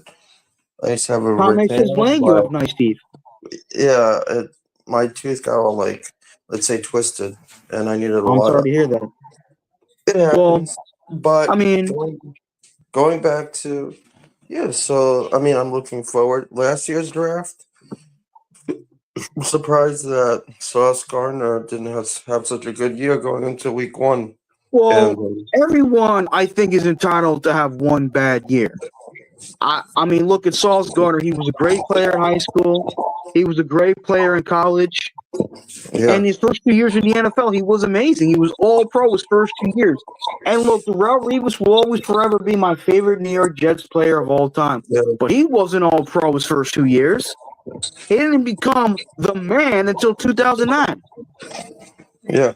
Sauce Honestly, Gardner is special. And Yeah, I think with Aaron Glenn coaching him along with Steve Wilkes, he's going to be a better player. I know some Jet fans don't like this player, which I find to be a bit odd. But as of right now, in my opinion, the best corner in football is Pat Surtain II of the Broncos. He can tackle very well. He can cover very well. His father was a very good player. Pat Surtain was special. Pat Surtain is special. I'm a huge fan of his game. And I like the fact that he's humble. Yeah, I know. Which I'm actually glad because I wasn't crazy about Richard Sherman. I mean, his game was fine, but his attitude I didn't really like. Yeah. I mean, I know what you mean about the way they played this year. Fortunately, CJ Reed was fine, but his comments kind of rubbed me the wrong way to a certain extent. Mark Carter, I still think is a good player. We need some freaking safeties, man, because our safeties this past few years, even when we had Marcus May, he was abysmal. It has been abysmal. we might have a different roster next year. I don't think we're gonna keep everybody. Some of them probably have to be traded. I mean, someone say trade, maybe cut release. I could see Alzar going to the different team because I don't know how long. Lazard is very inconsistent. Yeah, I know. And I'm pretty damn sure that Devontae Adams is not going to stay a Jet this year. It may go to another team. And I'm a huge fan of Devontae Adams. Yeah, I know. I hope they keep him, though, because then if you keep him, it's going to be good. I mean, would I like to have Aaron Rodgers on the Jets? Yes, but fortunately, it just didn't work out. I know he's getting old and all, but, he's like 41, but, I'm kind of upset about it. Upcoming December. Yeah, maybe he's going to Denver or something. I mean, I'm upset. I mean, honestly, we're just about it, but look, I just, I'm gonna watch. I really gotta watch some more college football player highlights. But I did watch Abdul Qadir. He's the same height, but he's heavier than Michael Parsons. Yes, dinner's ready. Yeah, can I say hello? Oh, hi, look, it's Daddy. Okay. Hi, it's Charles. Okay, I'm doing intro. No, he said hi to you. Baseball season's coming up now. I know. Can't wait. The Yankees and Mets. The first baseball game is on Saturday. The first Mets game. Spring training, I know. The Yankees are playing on Friday, believe it or not. But you know what? It doesn't count. Like I hear this year, it's spring training. The Rays are gonna share with the Yankees this year because their stadium got flooded. Yeah, I heard about that. That really sucks. I know. Now they're gonna have to share with Yankee Stadium. I mean, Yankee Stadium in Queen inside of Florida. I almost said Yankee Stadium. I don't know why. I must be tired. Well, the new Yankee Stadium is called Yankee Stadium. Yeah, it's called. I mean, it's not the same as the old one. Trust me. It's time for Asmaniac Madness. Who will cut the nets down as the top Asmaniac for 2025? Some of you don't even care, but we do. Let's get to it. But plenty of you do care, and that might have been a finals preview that we get days before the final brackets are released on Selection Sunday. This Sunday on the show, we'll be doing that day. Unreal. That was electric. That was electric. And how about that? We were just rewarded for that type of content. 5 raffle entries coming in. 5 chances to win. A Sauce jersey, a Mangle jersey, Jermaine jersey, and a Sanchez helmet, all autographed and authenticated. TH3 Entertainment. 5 memberships. If you hear your name called, you thank TH3. Billy M. Nate, parentheses, Nate. Mickey. And Gregory Davis. The 5 people getting a membership there. Wow, that was electric. I'm telling you, folks. If that's the finals, who you vote for? I don't know. I mean, that was electric. What a show. There's nothing we could do that could top that. Nothing. I mean, We've had every 1 seed, projected 1 seed, a 2 seed. Like everyone's called this week. You could tell this tournament's starting. It's not. God. I was trying to fill out my bracket earlier and I struggled. Unreal. Wait till you guys see it. It's not even done yet. There's already a committee meeting. I believe on Friday, that is. We're going to actually finalize it. We have a rough outline. Wow. That was phenomenal. Thank you to Lane. Thank you to Charles for blessing us with that. I mean, the people needed it. Ladies and gentlemen, hit the like button if you haven't. Subscribe to the channel if you haven't. We're back tomorrow. It's a Matt O'Leary Thursday. Matt O'Leary at 10 a.m. to start the day. Gonna be fun. Gonna be wild. Thanks to everyone who tuned in. Thank you to Jeremy Jets Chaos for coming on for the first hour and a half of the show. My name is Jake Asman. If you're still watching, I would hope you know that by now. Ladies and gentlemen, we had a little Lane. We had a little Charles. Let's take you back to some of the great moments in Lane and Charles' history to get you set for this tournament coming up. Who was that lovely lady? That was Carly. Oh. Anyway.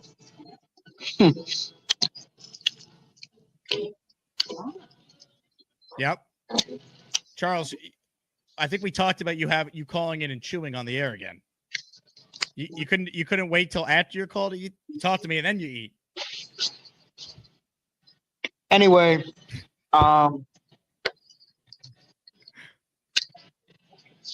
this is a great angle for you, Charles.